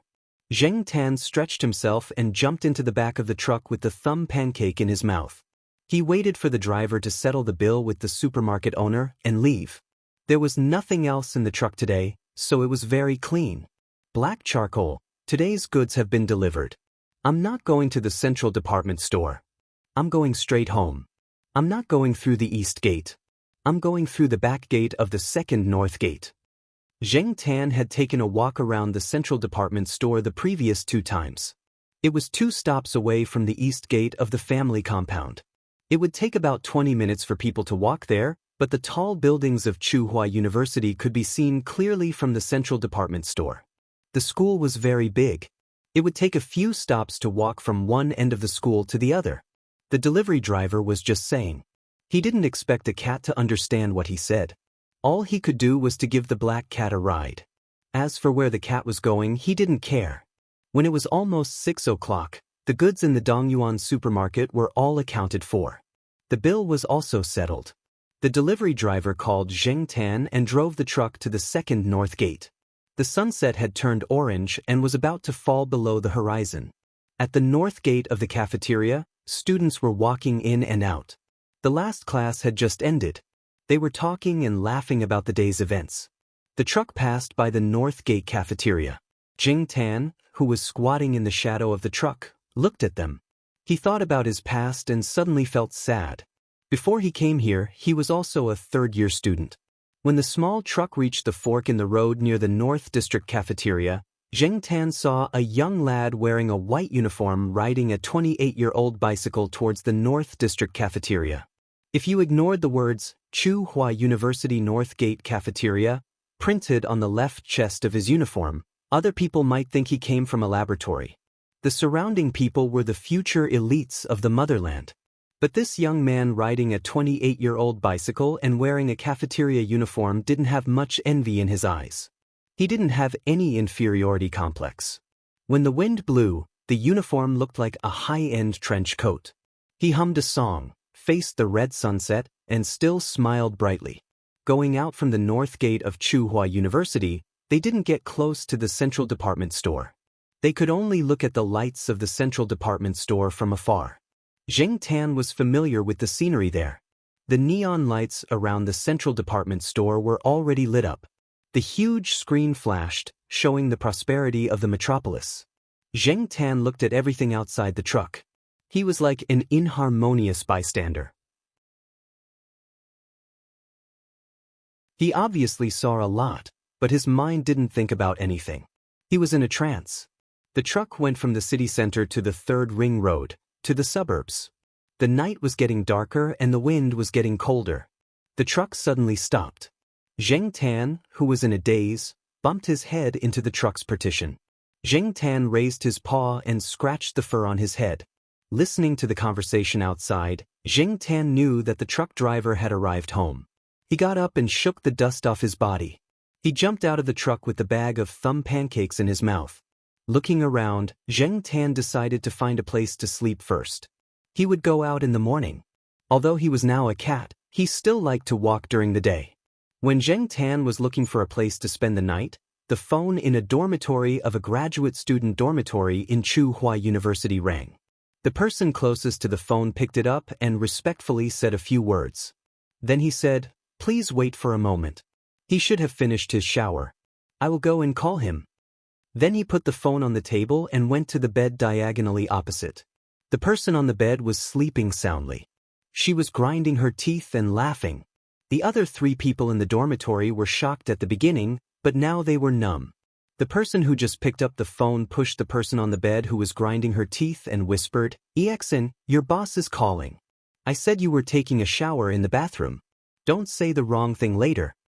Hearing the words, "your boss," the person who was sleeping soundly suddenly woke up. She quickly climbed out of bed and ran to the bathroom to clear her throat. The voice of someone who just woke up was a little hoarse. Exin didn't want her supervisor to know that she was sleeping at night. She didn't want her supervisor to know that she was sleeping at night. Wouldn't that ruin her image in her boss' mind? "Professor Jiao, I'm sorry. I was taking a shower. What can I do for you?" Exin picked up the phone. She felt that she was acting well. Her roommates, who were playing games, even stopped typing in order to cooperate with her. They even pretended to talk about why eating meat with garlic was nutritious. On the other end of the phone, Jiao Pa paused for a second and said, "Sorry to disturb your sleep." Exin, what kind of F***king ears does Mr. Jiao have? The resolution is F***king high. However, to Exin's relief, Associate Professor Jiao didn't continue to dwell on this topic. Instead, he said, "Do you have time now?" Exin hurriedly expressed. Even if she didn't have time, she had to squeeze it out. 20 minutes later, Exian stood in the living room of the Jiao family with the key she found in the drawer of Associate Professor Jiao's office. This was the second time that Exian had come to the Jiao family. The first time was in the first half of this year, when the results of the postgraduate examination were announced. He was Associate Professor Jiao's first student. In addition, he was very capable, so Associate Professor Jiao attached great importance to him and invited him to have dinner with the Jiao family. Exian had never seen Zheng Tan before. When Zheng Tan went to the Jiao family building, no one knew about it except for the Jiao family. Therefore, Exian didn't know that her supervisor's cat was a little special. After looking around, Exian didn't see the cat. She went to the bedroom and used the phone in the bedroom to call Associate Professor Jiao back. Professor Jiao, I don't see the cat. Did your cat run away from home? After saying that, Exian wanted to slap herself. That's what you get for saying that. Did you unplug the air conditioner? Jiao Pa asked on the other side of the phone. Yes. The socket in the kitchen is also turned off. Exian hurriedly said, and described the situation in the house. Professor Jiao, do you want me to buy a bag of cat food and put it here? Exian asked. No, as long as there are snacks on the sofa and the fridge is full. Exian was speechless. How could you raise a cat like this? Come over every day and use my home phone to call me. As for your work summary, you don't have to report it this week. Hearing that she didn't need to report the progress of the experiment, Exian was relieved. The experiment hadn't been going well these days, so there was nothing to report. Okay, don't worry. I'll come over every day at this time. On the train, Jiao Pa put his phone back in his pocket and looked at the night outside the window.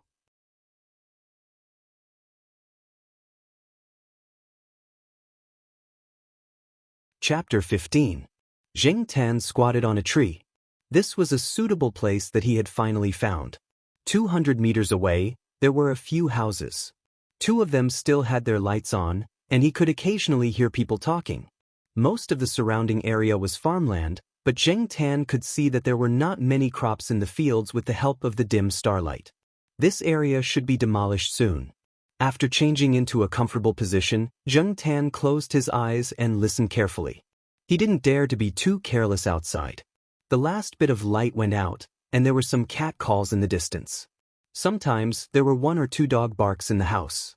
The temperature in the suburbs was a little lower than in Chuhua, and the wind made Zheng Tan feel a little cold. The hazy sleepiness was also being blown away by the gusts of wind. Just as Zheng Tan was wondering if he should find something to do, he heard some noise. It was the sound of footsteps. It was very light, but for a cat, it was still clear. Zheng Tan peeked through the leaves and looked in the direction of the footsteps. A man in a loose sweater walked over with one hand in his pocket. The pocket seemed to be holding something, and the other hand was holding a small shovel. The person was wearing a hat, so Zheng Tan couldn't see the person's face, and he couldn't tell if it was a man or a woman. But at this time, people who dared to come out alone were usually men, right? Looking at this posture. Was he going to kill someone and bury the body? Zheng Tan's curiosity was suddenly aroused, but he didn't dare to follow. Even if it was a cat, there was no telling if it would be killed. The direction that the person walked in was some dilapidated tile-roofed houses. It seemed that no one had lived there for a while, and there were weeds everywhere. Seeing that the person stopped in front of a half-collapsed tile-roofed house, Zheng Tan was ready to squat there and watch the show. After all, it wasn't far. The person squatted in a corner, back facing Zheng Tan, and he didn't know what he was doing. Zheng Tan didn't hear the sound of bricks hitting each other, but there was a slight sound of glassware hitting each other. It wasn't until dawn that the man left the dilapidated house. Zheng Tan jumped down to take a look, but he didn't dare to get too close because he smelled an unpleasant smell. It was like pesticides. Zheng Tan was curious, but he cherished his life even more. Even if it was a cat's life, it was still his life. Taking advantage of the fact that the residents were still sleeping, Zheng Tan climbed into a house's yard and found a faucet to wash his feet so that they wouldn't stick to the soil from the dilapidated house. The water was too cold, and there was no paper towel to wipe it off. Zheng Tan didn't want to lick the water himself, so he looked around and saw the clothes hanging outside the house.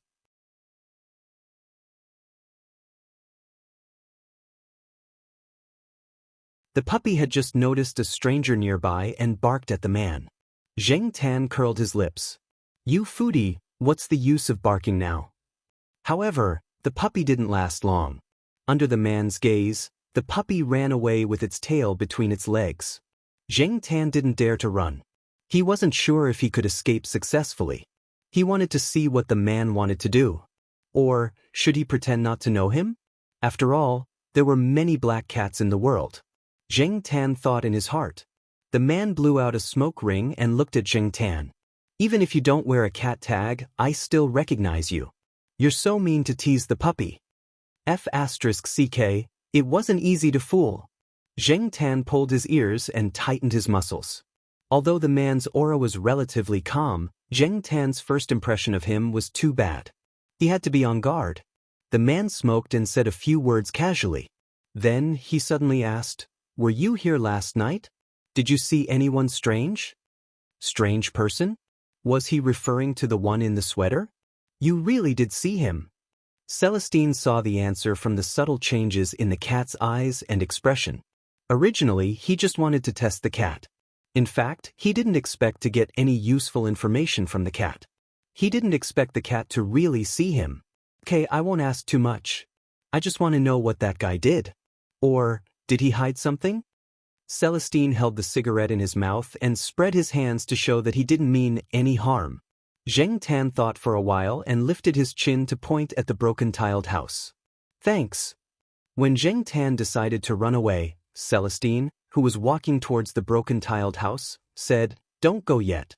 I still have something to ask you. Even if you run away, I'll still catch you. Do you believe me?" Zheng Tan saw a flash of silver light, and a thin metal piece was stuck in the road in front of him. Zheng Tan stared at the metal piece that was still trembling in front of his paw. He shook his beard, squatted down, and raised his paw to flick the metal piece. He was full of surprise. He turned his head to look at the man in the broken tiled house. How could the man in the sweater find the thing that he hid so easily? 5 minutes later, Celestine held a brown glass jar in his gloved hand and a phone in his other hand. "Hello, I have good news for you." I said, "I have good news? Did you hear me?" I said, "Over there. F***ck. As soon as he hung up, the phone rang. "Hello." I said, "I have some clues over here." "Hello." The description of the location and the brief description of the incident took 10 minutes, and it was repeated over and over again. Zheng Tan was tired just listening to it. Zheng Tan made a rough estimation. In 10 minutes, that person would probably say 3 words, "Hey, hey," followed by F***ck. Wei Ling finally finished talking and threw the phone into his pocket as if he had been freed. F***ck, stupid smartphone.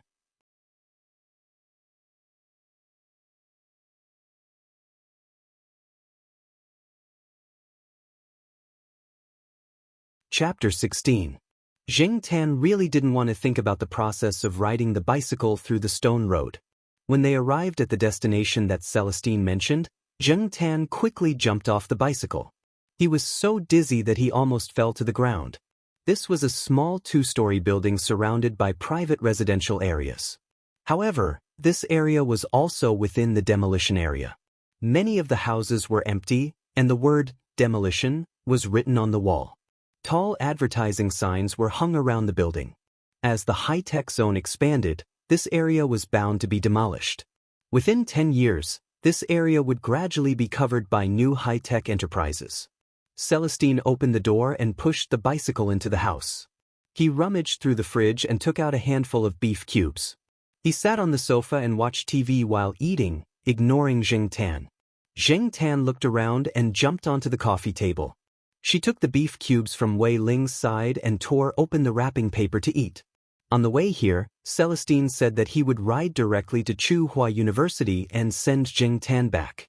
Therefore, Zheng Tan wasn't in a hurry to leave. He couldn't leave even if he wanted to.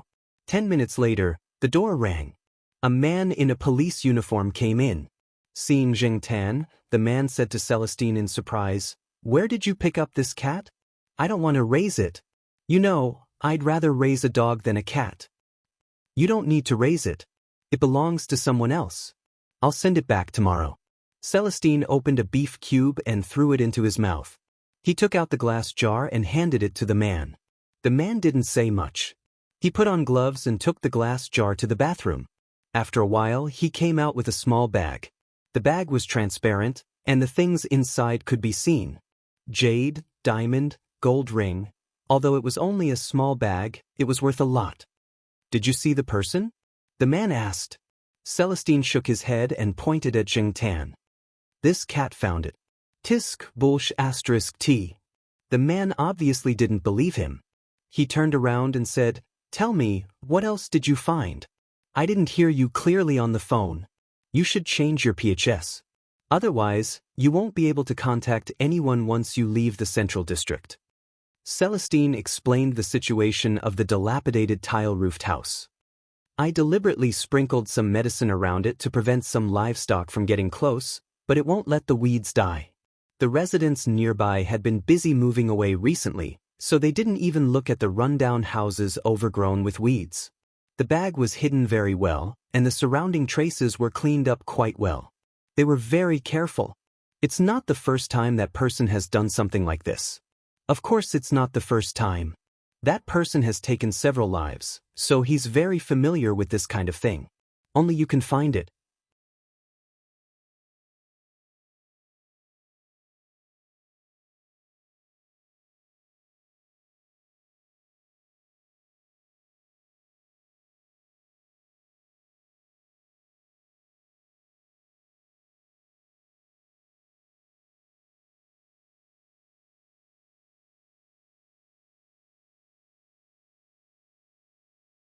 Exian's hair almost stood up.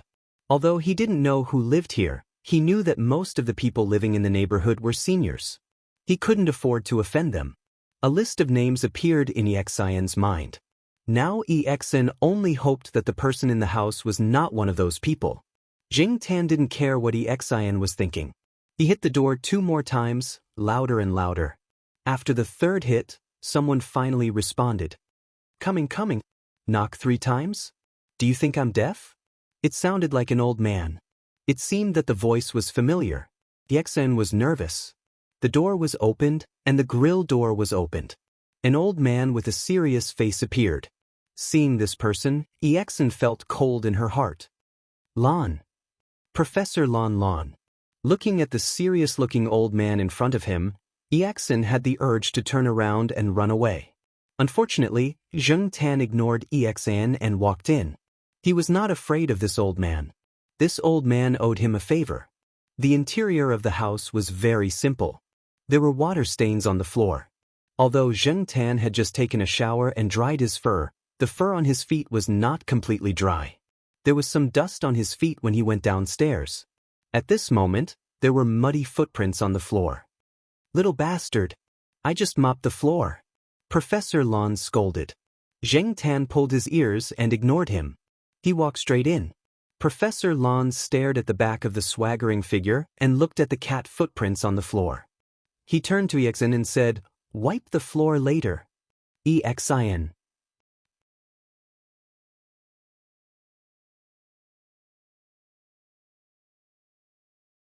Chapter 18.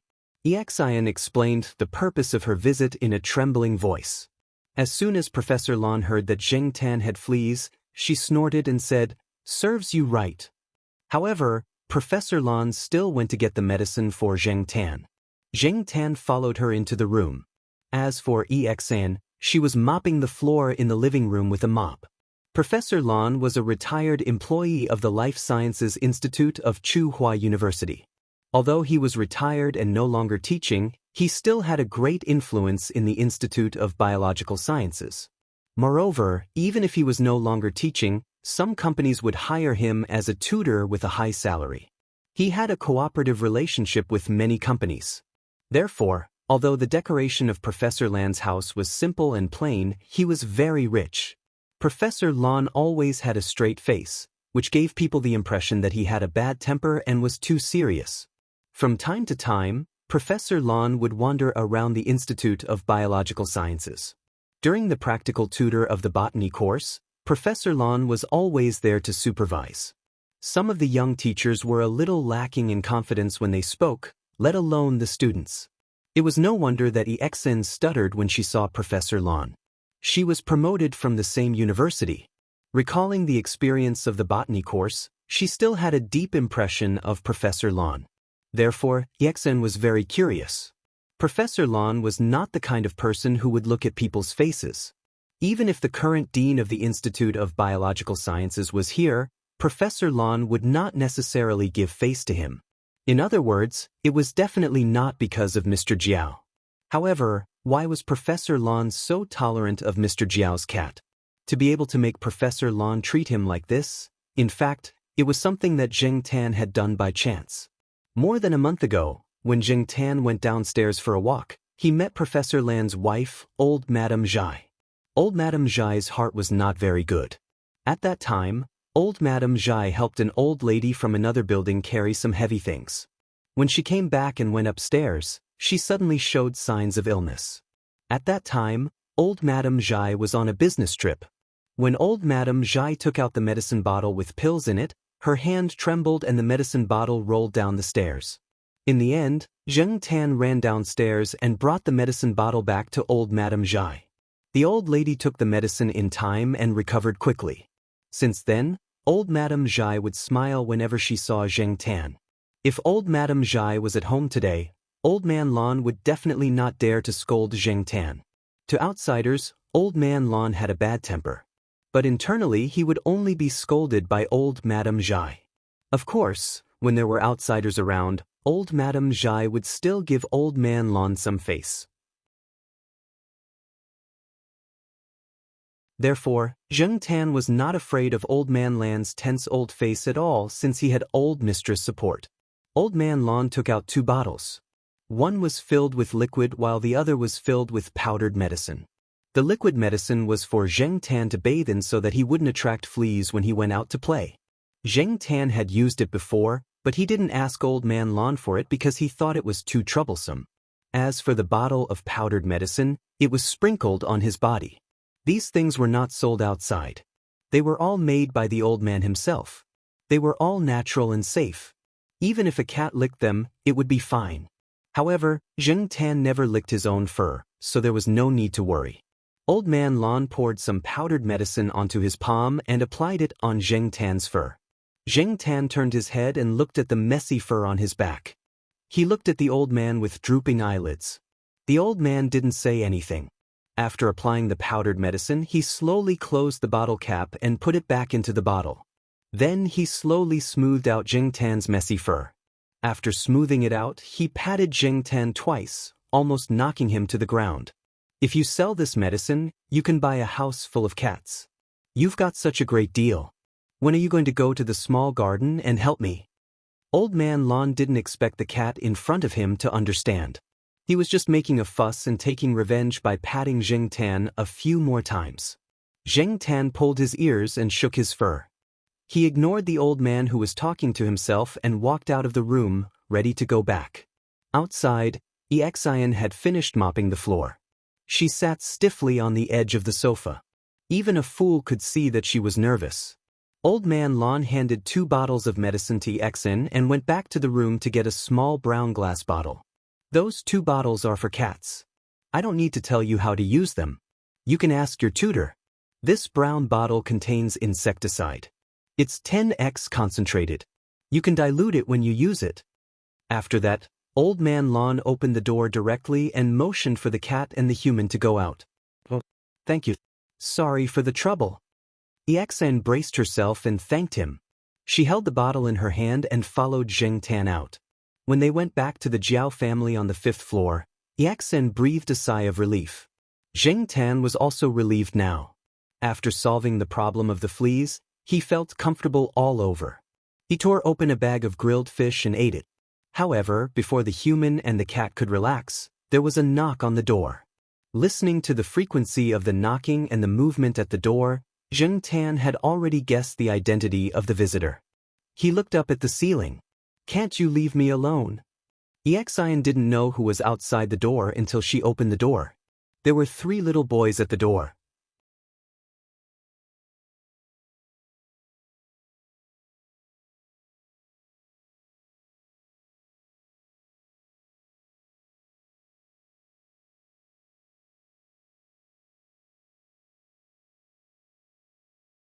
Chapter 19. In the morning, EXN was woken up by the alarm clock. They had a report in the morning, and he needed to prepare the slides an hour in advance. Even if he had to stay up late, he still had to get up. Zheng Tan and EXN went out together. EXN ran to the East Garden cafeteria and bought 2 steamed buns. She thought about it, and then bought 2 cups of soy milk. She took them to the small woods in the courtyard, where Zheng Tan was squatting on the stone table, waiting. EXN put a bag of steamed buns and a cup of soy milk on the stone table. He didn't know if cats could drink soy milk, but when he called Mr. Jiao said that his cat had a strong stomach, unlike other cats. EXN thought that he would choke if he only ate steamed buns, so he bought an extra cup of soy milk. It wasn't until he inserted a straw into the disposable cup of soy milk that EXN suddenly realized that cats probably didn't know how to use straws. While EXN was worrying, Zheng Tan had already eaten a steamed bun. He pushed EXN's hand away, bit the straw, and sucked. EXN was stunned. If it weren't for the fact that he was in a hurry to attend the report, he would have squatted here to study how Mr. Jiao's cat used a straw. How could it use a straw with its 2 leaky mouths? Zheng Tan was not in the mood to care about what EXN was thinking. He was very hungry now. He had to finish eating quickly and then go for a run. If he didn't eat, he wouldn't have the strength to run at all. There were 8 steamed buns in the bag. When Zheng Tan ate the 6th one, Huang and the sheriff ran over and gave the remaining 2 to them. As for Depang, even if it came, it would be the same as Zheng Tan. It basically didn't eat other people's leftovers. As usual, when Huang came over, it would bark twice to show that it was here and ask the others to come over quickly. After that, it would start scratching the tree. Zheng Tan threw the plastic bag containing the steamed buns and the cup of soy milk into the dustbin next to him. He walked around the stone table twice to help with digestion.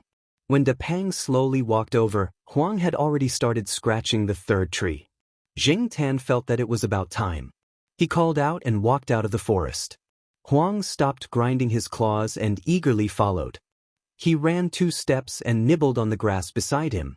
Originally, Zheng Tan thought that if he did not run into Celestine, he would run on his own. Wasn't it just a run? Besides, there were still 3 cats here. Later, he would call them and run together. Before Zheng Tan left the East Garden, he saw Celestine doing pull-ups at the public exercise equipment next to the lawn. Seeing Celestine, Huang had the biggest reaction this time. This guy arched his back and jumped up like a flea. His hair stood on end, and his ears were stretched into the shape of an airplane. In comparison, Depang was much calmer than last time.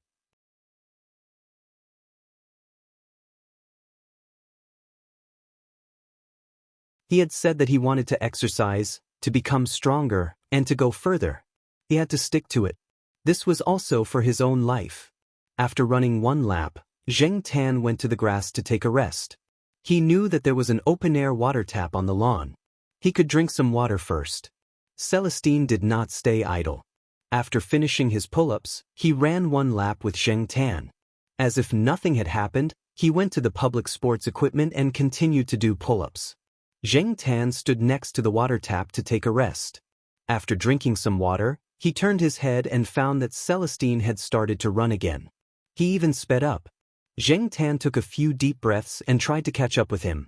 However, his speed was too slow. It did not take long for him to lose track of Celestine. Zheng Tan did not plan to continue running. He turned a corner at the fork and ran towards Old Man Land's small flower garden. As usual, Zheng Tan chose to jump over the wall. There was still some distance from the entrance of the small flower garden. He was too lazy to take a detour. His legs were a bit weak from running. He almost could not jump over. Although it was a small flower garden, it was not small. There were several transparent greenhouses full of plants. There was not much open space in the garden. After jumping over the wall, Zheng Tan was not in a hurry to jump down. Instead, he walked along the wall. When he came to a greenhouse, he jumped directly onto the greenhouse, making a dong sound. Old Man Lon, who was working inside with a small shovel, looked up and scolded, "Can't you jump from somewhere else?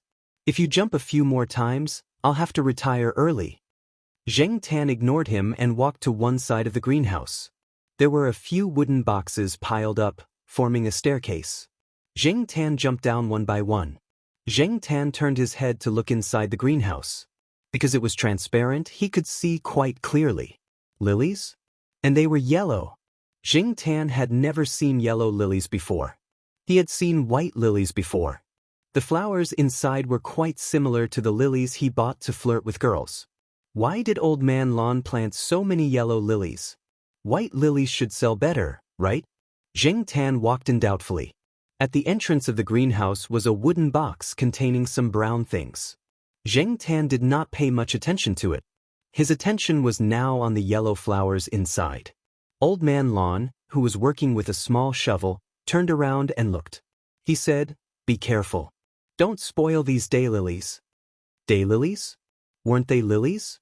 Zheng Tan pulled his ear. He was an idiot when it came to this. Even if he went up to take a closer look, he would not be able to tell. He could not even remember what the lilies looked like.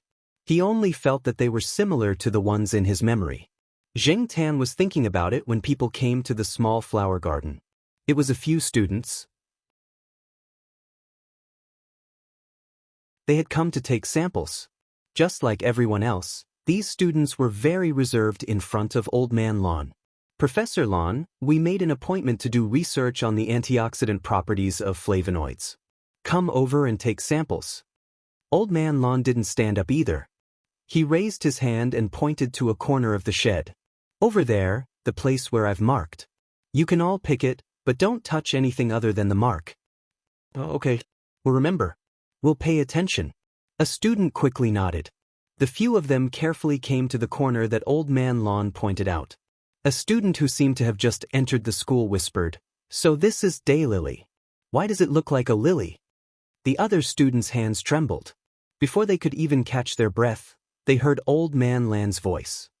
"Angiosperms, monocotyledons, liliaceae, liliaceae, and daylilies of the daylilies.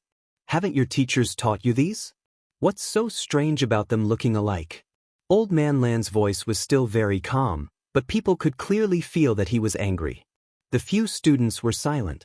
No one dared to speak carelessly. They were afraid that they would accidentally make a mistake and be scolded again. They sped up their hands and respectfully bid farewell to the old man after collecting the samples. Zheng Tan squatted at the side. He was still thinking about the words of the student just now. So the legendary daylilies were actually daylilies? The former sounded more high-end and Western. In comparison, the name daylilies sounded like a country bumpkin. Zheng Tan had never associated these two names together. After the students left, Old Man Lawn stood up and massaged his waist. He walked out of the shed and picked up the wooden box at the door. Fresh daylilies have higher fat and vitamin C content than dried daylilies, but the protein and other trace elements are lower than dried daylilies. I still prefer to eat dried daylilies. In my hometown, there are a lot of these things, but in this city, it's difficult. Black charcoal, let me tell you. Blah blah blah. These retired old professors still couldn't change their bad habit of teaching others. Even if they were talking to a cat that didn't know anything, they could still talk for a long time. As soon as he heard, "Let me tell you," Zheng Tan knew that Old Man Lawn was like Jiao Pa. He had entered teaching mode again. Zheng Tan played in Old Man Land's small garden for a while. He only left at noon. The sun was shining brightly. When Zheng Tan returned to the main courtyard, he saw Huang lying on the grass. Half of it was in the shade, and the other half was basking in the sun. What surprised Zheng Tan was that there was a creature lying next to Huang. It was whimpering. Huang hugged it and licked its fur. The creature stopped whimpering. Damn it, when did this guy with an awkward face that Huang Erwo was carrying come to the east courtyard? How come I've never seen it before? Before Zheng Tan could recover from his shock, another creature ran over. Zheng Tan.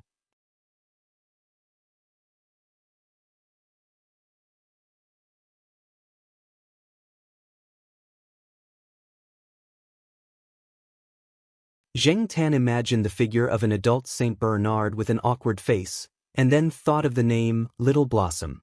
What AF * king trap. As for Old Man Yen, someone's house in the building he lived in had been burglarized. Old Man Yen lived on the second floor, so nothing was stolen.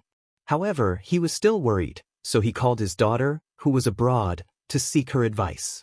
Old Man Yan's standards were different from Old Man Li's. He told his daughter, "It doesn't matter how big a dog is as long as it bites." Of course, this bites did not mean that it would bite the people in the courtyard. Instead, it meant that if there was a burglar in the house or some dangerous people on the road, it would have the ability to protect its owner from theft. It was not like some dogs that looked majestic, but did not even bark when a burglar entered the house. In the end, Old Man Yan's daughter asked her friend to get her a bulldog, which was the one that Zheng Tan saw. It was a little deformed. Its fur was white except for a black circle around one eye, as if it had been punched. Its small triangular eyes and its face made Zheng Tan feel that it was a little cheap. Old Man Yan named the little bulldog Zhuang Zhuang. He heard that bulldogs were fierce to other animals, so Old Man Yan deliberately let the little guy familiarize himself with the surrounding animals when it was young. Even if it became fierce in the future, it would not be fierce to the internal members of the courtyard. Zheng Tan looked at the bulldog. It seemed to like biting cat ears like the noisy parrot, and it was a little too active. It kept tossing and turning. Zheng Tan guessed that it would not be a well-behaved animal in the future. In contrast, although it was still a puppy, it was much bigger than Huang and Zhuang Zhuang. It was much quieter. After a few whimpers, it fell asleep while being licked by dumbass Huang. The three of them were getting along well now, but he did not know how the two puppies would be when they grew up. In any case, Zheng Tan felt that the peace of the East family courtyard was going to be gone forever. At noon, Zheng Tan went back to the Jiao family to eat something. Yexin brought back a meal.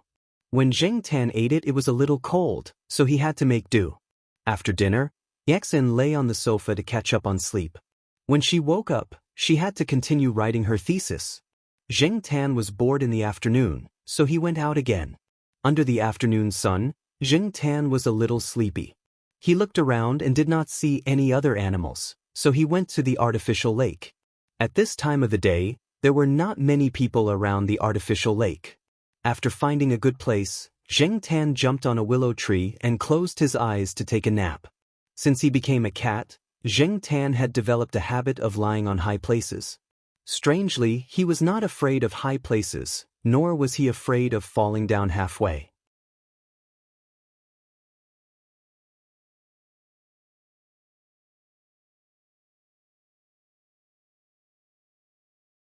The Jiao Ma, Gu Yuzi, and the Jiao Yuan were each holding a bag. When they saw Zheng Tan peeking out from the balcony railing, the three of them laughed. After they entered the building, Zheng Tan opened the door and waited for them. The three of them looked a little tired and sad when they got home.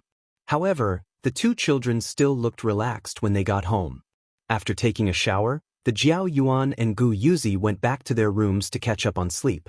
Children got tired easily. They did not sleep well at home for the past few days. They were not used to being outside. The Jiao Ma was rolling the dumpling wrappers. She would wake the two children up after dinner. Zheng Tan was lying on the sofa and watching TV. He was in a good mood. Project A, Hua Xia, and Niu Zhuang Zhuang were all temporarily forgotten. The Jiao family was back, which meant that he did not have to eat half-cold cafeteria food or eat tiresome snacks for lunch and dinner. Everything was good again. The Jiao Pa came back around 5 p.m. After he got back to school, he went to the hospital to do something.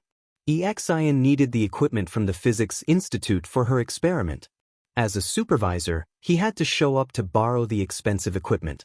Therefore, he went to the Physics Institute. The Jiao Pa came back with a puzzled look on his face. When he saw Zheng Tan on the sofa, he asked, "Black charcoal, did you do something again?" The Jiao Ma, who was tasting the soup with a spoon, was unhappy when she heard this. Black charcoal is so obedient and sensible. What could he have done to make you like this? Scientific researchers should speak with facts. Don't be so suspicious. I just went to the Physics Institute to borrow the equipment and bumped into Lord Zeng again. Lord Zeng actually smiled at me. The Jiao Pa said with a puzzled look. Sneer? The Jiao Ma asked. She could not be blamed for thinking this way. Every time the Jiao Pa went to the Physics Institute to borrow the equipment and bumped into Lord Zeng would frown at him as if he owed him 1,000,000 yuan. No, it was a normal smile. A normal smile on Lord Zeng's face was very abnormal. The Jiao Ma's heart skipped a beat. She walked out of the kitchen with a spoon and looked at Zheng Tan, who was lying on the sofa innocently. "Black charcoal, what did you do again?"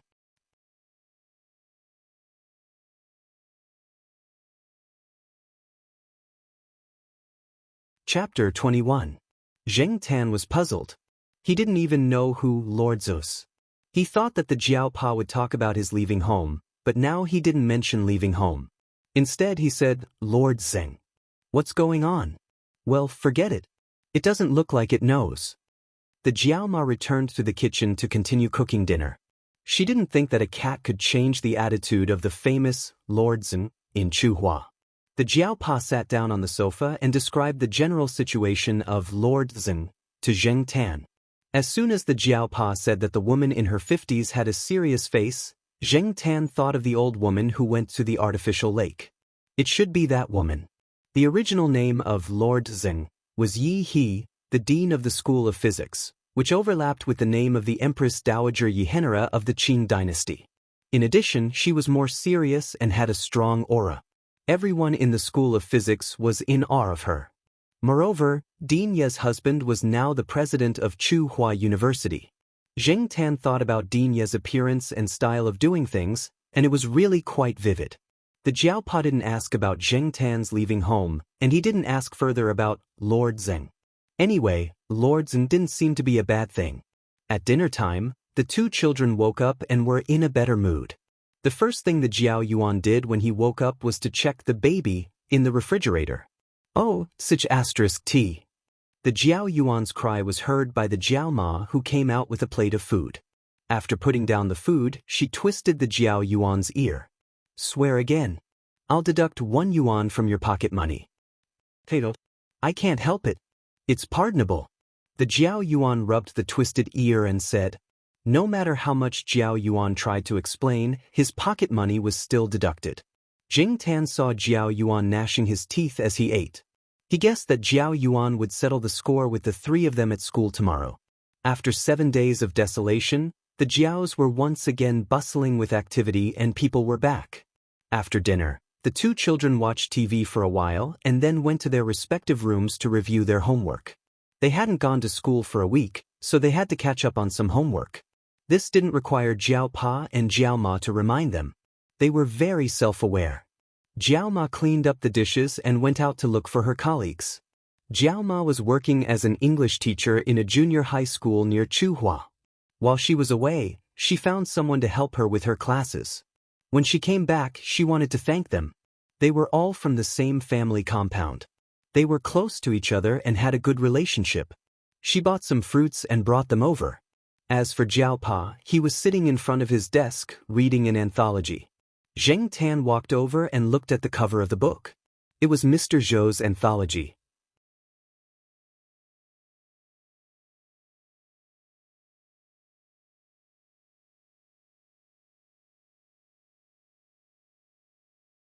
But, Depang, can't you wait for the window to be completely lowered before jumping? It's very dangerous. This guy is a masochist, eager to be abused. When I go back later, I will probably see it squatting on instant noodles again. Zheng Tan was imagining Depang squatting pitifully on instant noodles when Celestine, who was next to him, gave a standard military salute until the car drove away. Zheng Tan looked at Celestine in confusion, and then looked at the car that was driving away. He did not understand. He used to be an old leader. He was later promoted and is now a big shot. Sensing Zheng Tan's confusion, Celestine said, no wonder when he saw the fat cat for the first time, he thought it was weird. He did not expect it to be taught by this person. The cat's behavior was understandable. It seemed that the fat cat was very well hidden. Zheng Tan was still in shock. He did not expect Depang's relative to be a big shot. Celestine threw the mineral water bottle in his hand into the trash can. Although he had retired from the military, his salute was completely reflexive. "Can you jump that accurately?" Celestine asked. Zheng Tan knew that he was asking about Depang's accurate jump. He pulled his ear. It seemed that if he jumped by himself, the probability was not high. If the car window was completely open, he would definitely be able to jump in easily.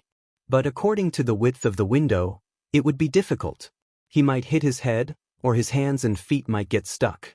Logically speaking, Jing Tan was not as fat as Depang, so it should be easier. But Jing Tan was not confident at all. So, you are still far from being as good as that fat guy, Celestine concluded. What he saw just now was only the tip of the iceberg. He believed that the fat cat's ability was definitely stronger. Although he had not seen it move much after coming to Tsinghua University, its keen perception, vigilance, and calculation ability, plus its jumping ability that was not inferior to other cats, all showed that this cat was different. The revolution has not succeeded yet. Comrade, you still need to work hard. After saying that, Celestine ran away. He did not continue to run around the school like he did a few days ago. Instead, he ran out of the school. He wanted to find a friend to catch up with and tell him about what he saw today. Jing Tan now felt better. He climbed a tree in the grass and waited for noon to go home for lunch. At the same time, the Jiao Pa went home to copy a document. He happened to see the scene where Celestine saluted to the car just now. He heard from Yexen that his cat followed a person to exercise in the morning. Grandma Zhai also told him about it. He was thinking about how to investigate Celestine. He did not expect to see this scene. It was good that they knew each other. After going home to copy the document, the Jiao Pa went to Depang's house on the first floor and came out 10 minutes later.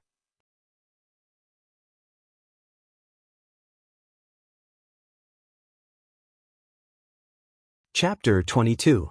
When he did the same thing every day, he felt like time flew by. Jing Tan ran every morning, climbed stairs, climbed trees, and practiced jumping. The calendar on the Jiao family wall was flipped to November. When Jing Tan saw the calendar on the wall, he realized that it had been a long time. It had been 5 months since he came here. Jing Tan bent his palms, and sharp claws appeared between his fingers. These claws looked similar to those of other cats, but Jing Tan knew that his claws were gradually changing. At least, they were different from 2 months ago. He didn't deliberately sharpen his claws, nor did he cut them. When his claws grew a little, they would be ground off during training.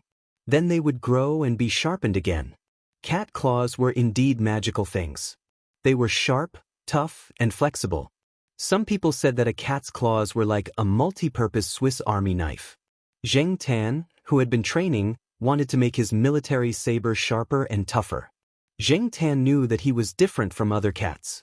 He heard from the Jiao Pa that cats weren't sensitive to sweet things, but Jing Tan could clearly feel that he could eat things that other cats couldn't, and he felt good after eating them. For example, people had been debating whether cats were colorblind. Jing Tan didn't know what other cats were like, but at least he could distinguish different colors. Then there were his claws. Even if other cats went through continuous training, their strength wouldn't increase rapidly like Jing Tan's, and their claws wouldn't have any qualitative changes. However, other than that, Jing Tan didn't have any other changes. Even if his strength was close to that of an adult, he didn't have the tendency to become a human. Even if he was trained to climb trees and jump in the forest like a monkey, he wouldn't become a monkey. Would he have to live like this forever? As Jing Tan ran, he pondered over his little schemes. Now that his running speed had increased, he could think while running, and he didn't feel tired or out of breath. At most, he would feel a little tired, and he would be fine after a short rest. After running 2 laps, they came to a forest on the edge of the school. The area of the forest here was larger than that of the East family compound.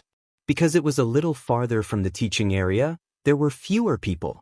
Not far from the woods, the school demolished a red-bricked building that had a long history and was preparing to build a new dormitory area. With the expansion policy, there were more and more students, and the existing dormitory building was no longer enough. Therefore, in this area, other than some construction workers and construction vehicles, no one else would pass through the side school gate. The road was full of dust, stones, and soil. Students and staff who lived outside the school and drove private cars would not be willing to pass through here. Therefore, Jing Tan would come here to practice climbing after he finished his run. The forest was quiet, and even if he did something strange, he wouldn't be discovered. Celestine had been helping his senior recently. That case was still ongoing, so Jing Tan spent most of his time running and climbing trees by himself. As for the cats in the main courtyard, After the first day, Zheng Tan gave up the idea of asking them to train together. After resting for a while after running, Zheng Tan began his daily tree climbing training. Another advantage of training here was that the trees in this forest were generally thicker, which was good for climbing. Zheng Tan nimbly jumped onto a big locust tree, scratched the trunk, and moved his claws. Then he chose a thick branch that could bear his weight. His body tilted, and he slid from the branch to the back. His front and back paws clung to the trunk so that he wouldn't fall. Taking a deep breath, he loosened his hind legs and used his front paws to hold the trunk. His claws were firmly nailed to the trunk, and then he moved little by little to the top of the tree. When he was about to reach the top, he swung his body and flipped back to the front of the branch. Looking around, Zheng Tan chose a branch that was at an acceptable distance and thickness. He prepared to jumped onto the branch, and then began to repeat. When he first heard Celestine talk about this training method, Zheng Tan was confused. He was now a cat, not a monkey. Why did he have to train like this? Celestine saw the confusion in Zheng Tan's eyes at that time, but he didn't explain directly. Instead, he asked, "Do you think you can't do it? Or do you think no cat can do it? I can tell you for sure that I've seen a cat. When it ran in the forest, it could be more agile than a monkey. It ran in the trees, from branch to branch, from tree to tree. Ever since it learned how to climb trees, it spent most of its time in the trees. Sometimes, a tree is a life-saving straw for a cat." Just like that, Zheng Tan began his tree climbing training like a monkey. Maybe when the time came, he would be able to grab a branch with one paw and shuttle through the forest like a monkey. After climbing 5 branches in a row, Zheng Tan jumped onto an old goosefoot tree. The reason why he had noticed this tree was mainly because its leaves were a little special. At that time, when Zheng Tan was resting on the branch, a leaf fell in front of him. It looked like a mandarin jacket. Celestine said that this tree was called goosefoot, also known as mandarin jacketwood. It was a national second-class rare and endangered species. In the big cities, except for botanical gardens, it was rare to see such a big goosefoot. It seemed that Tsinghua University had a long history. The goosefoot's flowers looked a little like tulips, and its English name translated to Chinese tulips.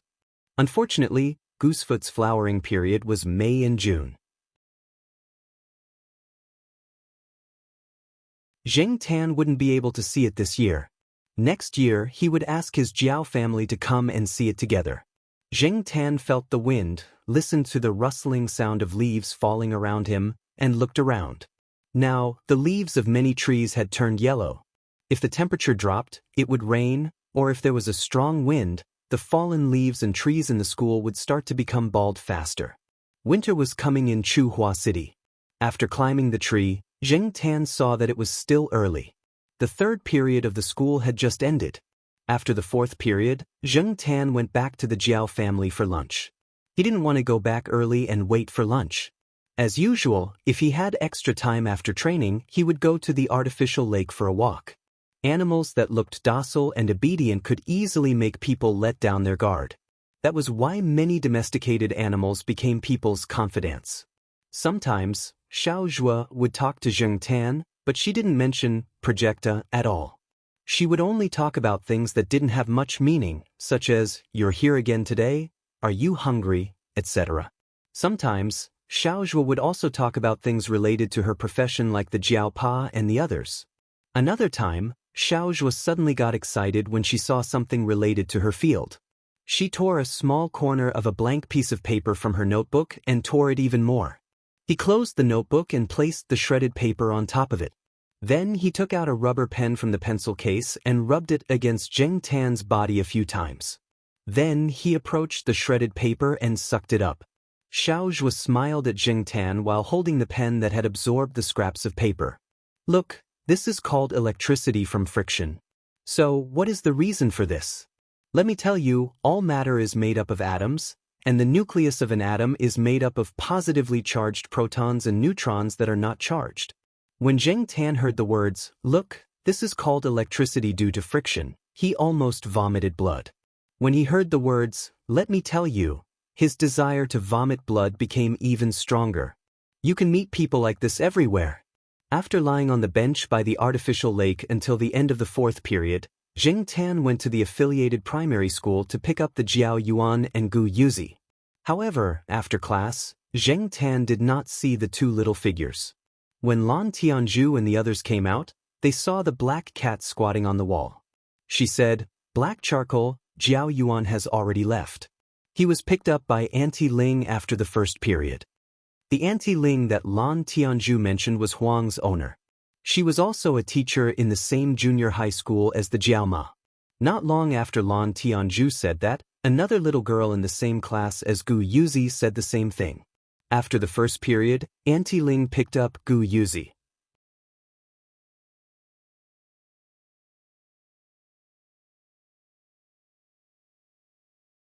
When he heard that something happened to the Jiaoma, Zheng Tan could not calm down. He wanted to ask where the hospital was, but he could not speak. All he could do was roar. Because he was too upset, he saw a pile of books next to him.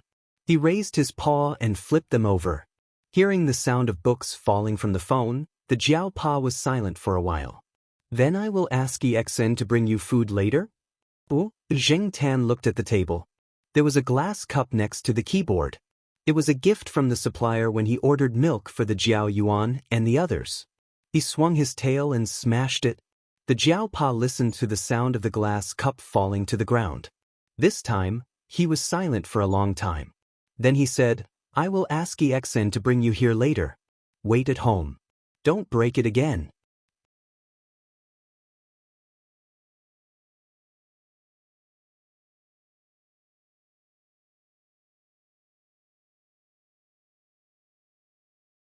If EXN borrowed another car with a broken chain, Zheng Tan would probably be depressed to death.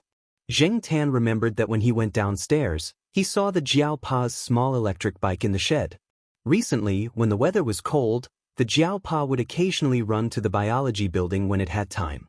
EXN was scratching her ears and cheeks, not knowing what to do. Then she saw the black cat, which was squatting in the basket, jump off and run back. "Hey, why are you running?" EXN was even more anxious. If the car was gone, he could buy another one.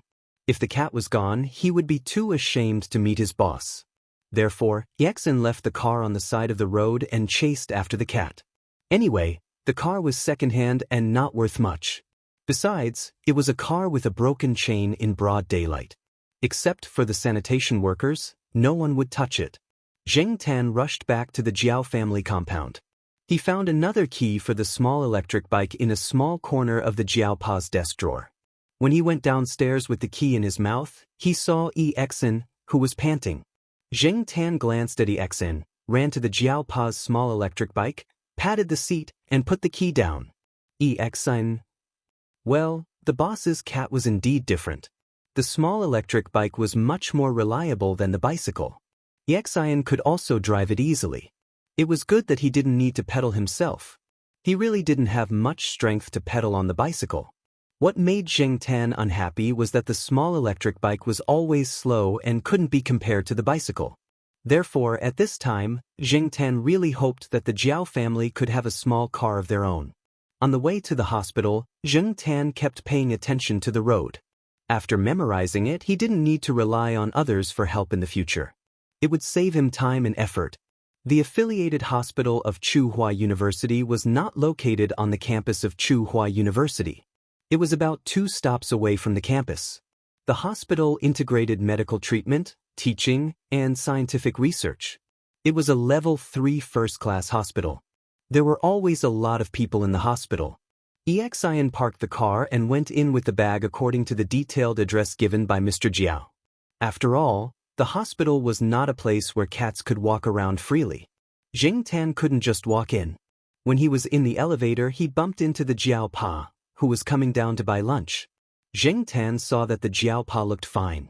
When he talked to EXN, he didn't sound as hoarse and depressed as before on the phone. It seemed that the Jiaoma should be fine. The Jiao Pa bought 5 lunch boxes and gave one to EXN. EXN was going to buy some fruits, but when she touched her trouser pocket, she didn't bring any money. She left in a hurry and didn't wear a jacket. Her wallet was in her jacket.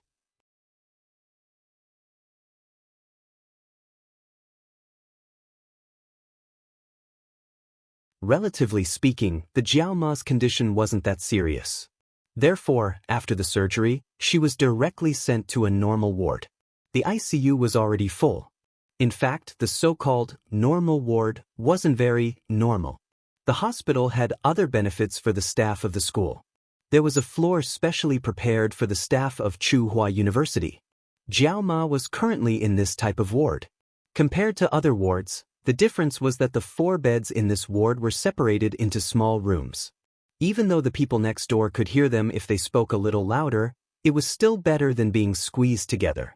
There were also rooms next door that didn't have a cubicle. It was up to the family to choose. Usually, people like Jiao Ma who had just undergone surgery would be placed in a cubicle. Each cubicle was very small, less than 10 square meters. It would be too crowded if a few more people went in. Jiao Ma was still lying in the cubicle, but after knowing that her life wasn't in danger, the Jiao family felt relieved. Jiao Yuan and Gu Yuzi sat on a bench in the corridor outside the large ward. Gu Yuzi's eyes were still red and swollen from crying. Jiao Yuan wasn't any better. After Yexin arrived for a while, the Jiao Pa sent him away. After all, Yexin still had a lot of things to do. We don't have enough people. The Jiao Pa sighed. He paused and said, "Next year, we will recruit more postgraduate students." He wondered what Yexin would think if she heard this. Zheng Tan stayed in the cubicle where Jiao Ma was. It was not good to be seen outside. Halfway through, a nurse came to change the dressing and check on the patient's condition. Zheng Tan hid in Jiao Yuan's backpack. As for the books in Jiao Yuan's backpack, he threw them all into a plastic bag. The Jiao Ma's situation wasn't told to the old people who lived in their hometown. The old people on both sides were old and tired of going back and forth. Zheng Tan and the 2 children stayed here first. The Jiao Pa went home and brought some clothes and supplies. He also moved the small wooden table with the Chinese chess pattern over. It could be used to store things, eat, and do homework for the 2 children. For the past few days, the Jiao Pa had been staying here at night. There was a foldable recliner in the cubicle for the caregiver to rest. It looked a little small, but it was acceptable. On this day, the 2 children of the Jiao family didn't go to class. They stayed here with the Jiao Pa. Jiao Ma woke up in the afternoon. After talking for a while, she fell asleep again. Although her face was still pale, at least the 3 people and the cat were more at ease. At around 5 in the afternoon, the Jiao Pa went to buy lunch again. After eating, he asked the 2 children to take the bus home before it got dark. Originally, the Jiao Pa was going to let the 2 children stay at Aunt Ling's house or a few teachers' houses.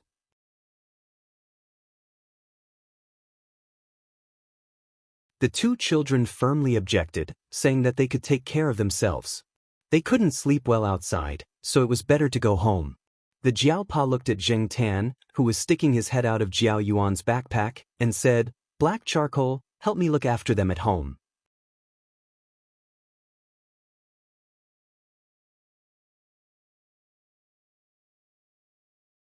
Chapter 24. The 2 kids were waiting for the bus at the entrance of the hospital.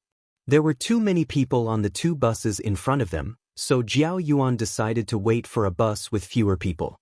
There were many buses from the hospital to Tsinghua University's East Gate, so there was no need to squeeze with so many people. At this time, there were many people on the buses.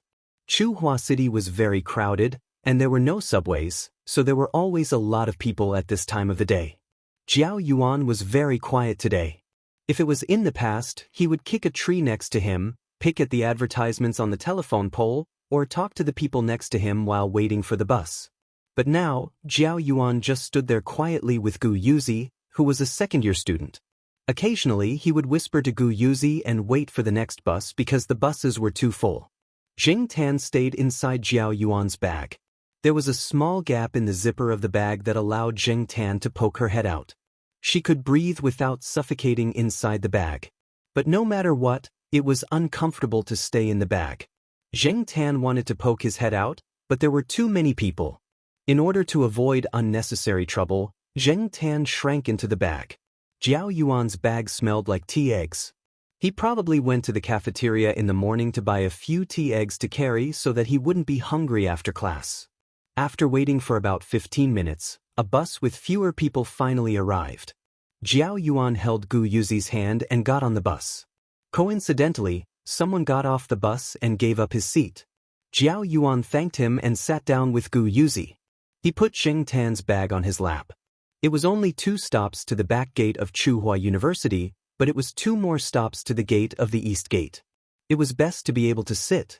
Zheng Tan felt a little stuffy in the bag, so he put his nose in the zipper and breathed in the air. The bus stopped and went. Sometimes it was because it was at a stop, and sometimes it was because it was at a traffic light. Zheng Tan felt a little sleepy. However, not long after, Zheng Tan felt a sharp pain in his beard. Looking through the gap in the zipper, he saw a mother and a child sitting in front. The child was being carried and was facing the person sitting behind. The child probably saw Zheng Tan's black nose and a few strands of beard peeking out from the zipper, so he reached out and pulled at his beard. After feeling the pain, Zheng Tan shrank inwards and pulled his beard back into his school bag. The kid wasn't fluent in speaking yet. Seeing the strands of cat's whiskers that he had just grabbed retract into his school bag, he pointed at Jiao Yuan's school bag and shouted. Jiao Yuan and Gu Yuzi, who were in a daze, came back to their senses. They did not know what had just happened. They only saw the child pointing at the bag.